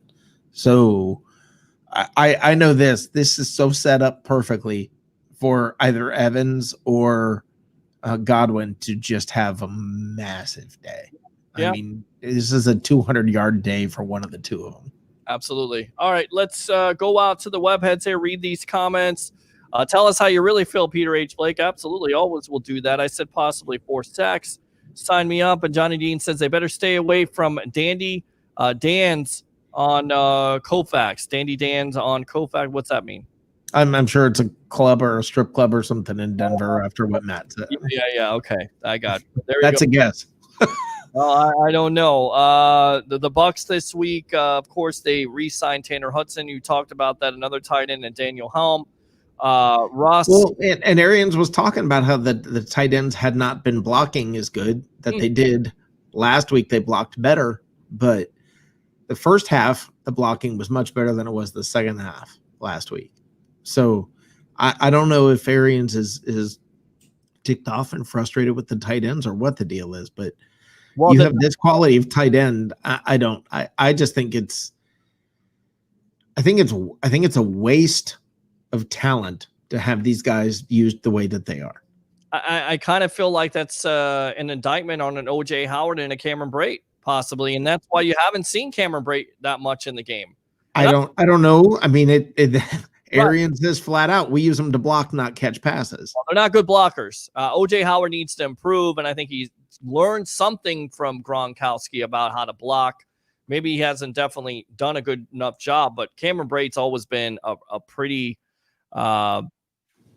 ineffective blocker, if you will. Well, it just seems like it's a misuse of talent. I mean, you don't bring in it's the same thing as when they brought in Darrelle Revis and tried to get him to play a defense that wasn't his style of defense. Why do you bring in tight ends that are good at one particular thing, or stack your roster full of receiving tight ends and then say, you're going to be blockers? I mean, it just seems like, look, it's okay to have blocking tight ends. It's okay to use your tight ends as blockers. There's nothing wrong with that. But then why wouldn't you use the capital that you have with these with these tight ends and go get extra draft picks, go get whatever. Yeah. And then bring in blocking tight ends. It just seems like I don't know. It doesn't make sense to me, but you know what? I'm not the one sitting at coaching an NFL team that's 2-1, maybe going to be 3-1. Who knows? So, yeah, no, absolutely. We're gonna end this probably in about 10 minutes here because I'm gonna watch the rest of this game. Yeah, I feel like everybody we owe them to this to see the end part of this game. Yeah. And in fact, I mean, we could just wrap it up at 11. But looking at this whole deal, you have Noah Fant, who's a young tight end out of Iowa. Of course, that's where you get your tight ends. You have a Levante David to match up. I mean, that could be a matchup you're looking at. Does that matchup seem to favor Tampa Bay, even though Fant is talented to a certain degree and does have some speed? Every matchup defensively favors Tampa always until I see otherwise. Okay. I have not seen anybody do any real damage to this defense in what going on 10 weeks now. And that includes some of the top, some of the top running backs in the league. Mhm. I mean, I don't know. I mean, I don't look at the other team's offense and go, oh no, I'm worried about this player or that player anymore. I don't do that. It's like it used to be in the old days with the Buccaneers. I don't look at the other team's offense as something to be concerned about. I literally just look at Tampa's offense and the other team's defense and see how it's going to work out. All right, let's go out to the webheads here, read some more of these comments. Okay, we talked about that. The tight ends were brought in before Arians were recused. Yeah, I agree with that. But what I'm saying is you have capital that you can use that they could have used to get other draft picks and things. I understand that and you say the tight ends were brought in before Arians. No, he brought in Gronk.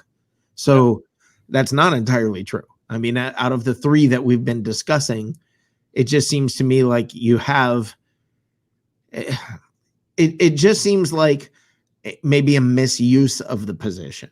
Now, I may be entirely wrong on this, but it just comes down to the offense, and the offense has never used a tight end, which will be the challenge because you've got such a plethora, Leo Ward, of tight ends and OJ Howard, a Cameron Brate, and of course Gronkowski. So we'll see how. Got to read this comment from Sandra Nagel. Of course, Michael D tuning in. He was the big time Gator fan that said Driscoll was a failure as a Gator quarterback, which I always love hearing. And then I'm a Gator fan, and I agree with that. Sandra Nagel says, watching the best sports talk show in the Tampa Bay area, the Sports Web Bucs Report. Go Lightning! Bolts, let's go ahead and take one of our final calls here. Johnny Dean, the professor, welcome to the Evolution. Rick, what I was saying is you were talking about pass catching tight ends. Gronk is not just a pass catching tight end. Gronk can run the ball. Gronk's an excellent blocker. Gronk is exactly what Arians' offense looks like. That's what he wants. Is somebody who is that versatile, an actual tight end. He can run the ball? Yes, he can run the ball.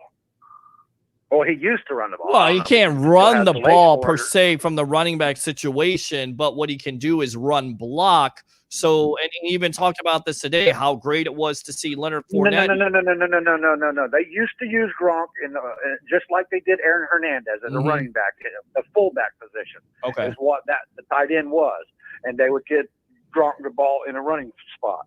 I don't remember a lot of that. Lined up as a run blocker, and they'd pitch him the ball and he'd run it.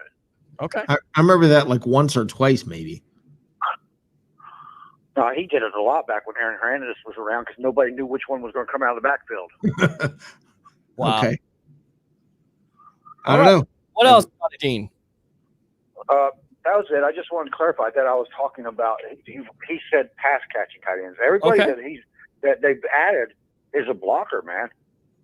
Well, since Arians has been here. I think they need to with those tight ends. They need to figure out if the wide receivers are not open, and I don't know if that's a possibility because right now I feel like they haven't had their full complement healthy. Mike Evans was hurt in the first game against the Saints. Now it seems like he's getting healthy. You have Chris Godwin back.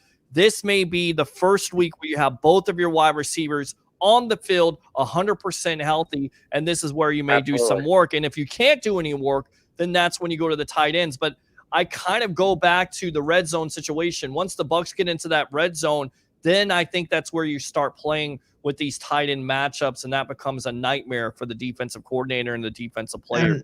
And another point is, go ahead, Johnny. And we're in game 3 right now, and as I've said before, we're not going to hit our full strength until like game 5. May not be. I wouldn't expect to see a whole bunch of that stuff until we're making a playoff push. Okay.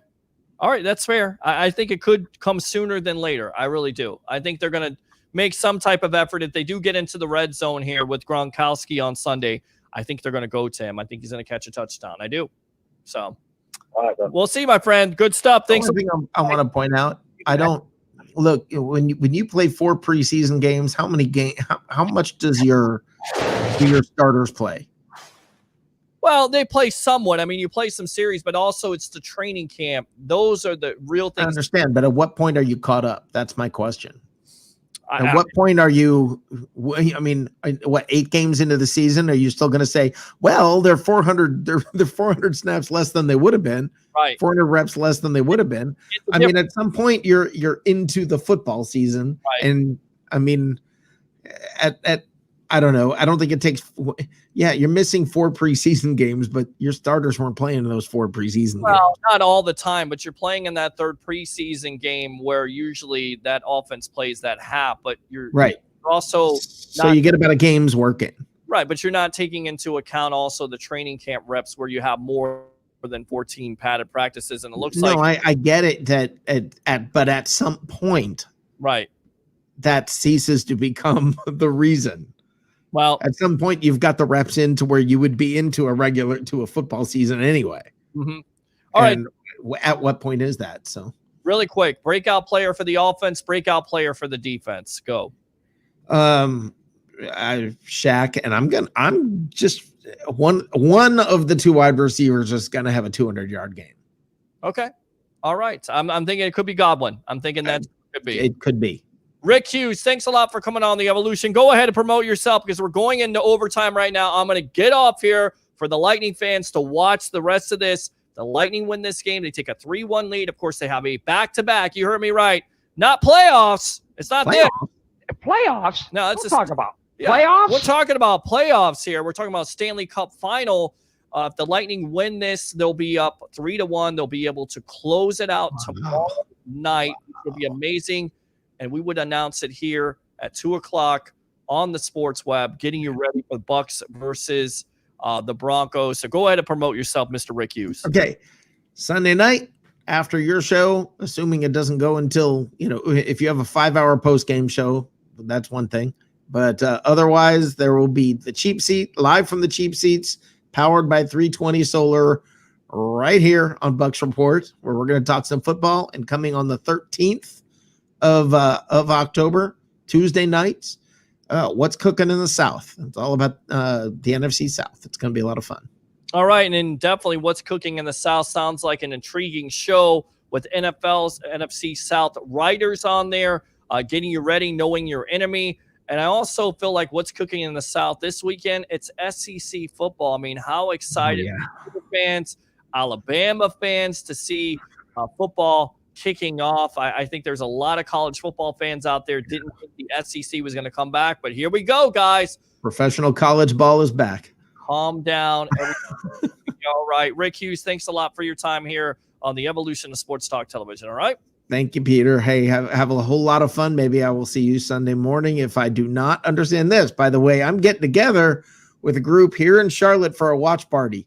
So I will be with Buccaneers fans. Well, I'll tell you right now, we'll send you a link. We'll get you on. We'll get the fan perspective, of course, from the cheap seats.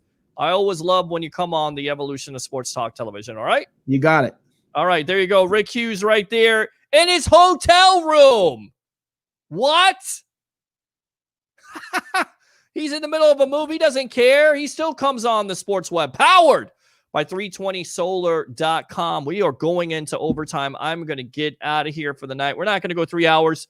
No reason to do that. We will have you covered for your pre, half, and post-game editions of the sports web live from the Deck Bar and Grill. Yours truly, Tampa Bay Ray Kennedy, Philip Schwagler, Blake Anthony, Joshua Cole Allen, Leo Haggerty, Rick Hughes. We'll have a cast of characters, the Atomic Blonde, getting the female perspective about the Denver Broncos and the Tampa Bay Buccaneers. How about that? And then, of course, video calls, phone calls, text messages from the webheads, guys out there. What other Bucs platform is doing this? No one. So early on this Saturday morning, do 3 things for me. And afterwards, say go Lightning. Bring your passion. Bring your excitement. Just don't bring any nonsense. I'm your host, Peter Blake. Go Lightning. And we'll see you on Sunday live from the Deck Bar and Grill, powered by 320solar.com. See you soon.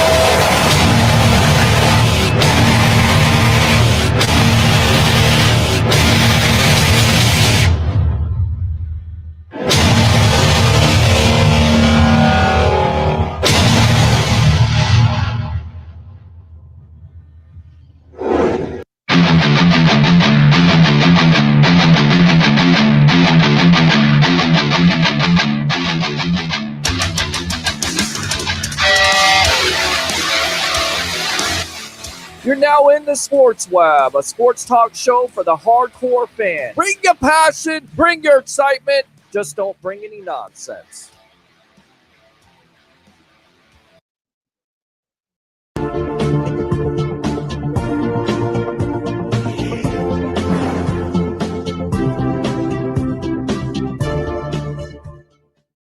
Come to Sam Ash for hundreds of exclusive holiday deals on music and sound gear from the most iconic brands. Save big on professional and starter guitars, drums, digital pianos, horns, violins, DJ, and electronic production equipment. Supercharge your home studio with deals on podcasting, streaming, and AV equipment like speakers, microphones, headphones, and acoustic treatment. Plus, with 36 months no-interest financing on thousands of items, you can get the gear of your dreams right now. From our incredible selection and service to our lowest price guarantee for over 95 years, real musicians know you only go to Sam Ash.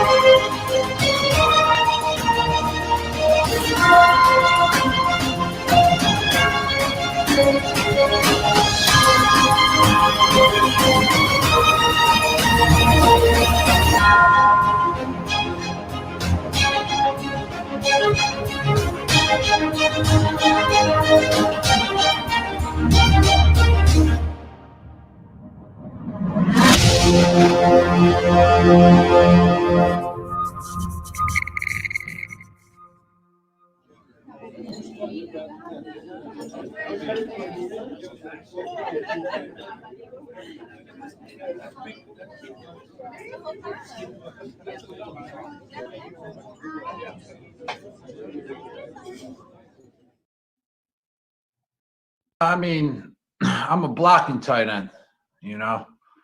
I came here to block, baby. So 4 targets is 4 more than I thought I was going to get. Okay. Yeah.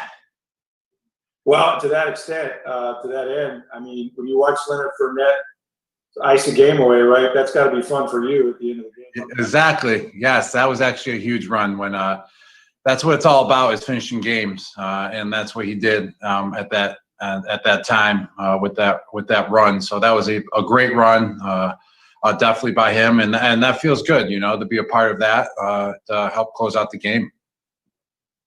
Thanks, Rob. Yep. All right, next is going to be Jenna Lane. Rob, you're not fooling anyone. While you say you're a blocking tight end, your track record indicates that otherwise, that you have a lot more to offer there. When you came to Tampa Bay, what were your expectations like as far as how much you were going to be used in the passing game? And would you like to see that role increase? I mean, I looked back at your weeks 1 through 2 in the 7 other years that you started the beginning of the season. And aside from your rookie year, you haven't had, such few catches previously. I'm a blocking tight end. That's all I got. That's all you got. But what about all the other times that you were in the red zone? All those red zone catches, all those touchdowns that you've caught. It's not like you just forgot how to do that, right? I think I did. Really? No, I didn't forget. But every game plan can change differently week in, week out. There's sometimes, in my career, you could be targeted 15 times, and there's other times you can be targeted just a few. I mean, all depends on how the defenses are playing us, how the defenses are lining up against us, who they're taking away, and all that good stuff. So it's just, 2 weeks into the season. So just got to go out there and just keep on fighting, just give it my all in whatever aspect of the game it is.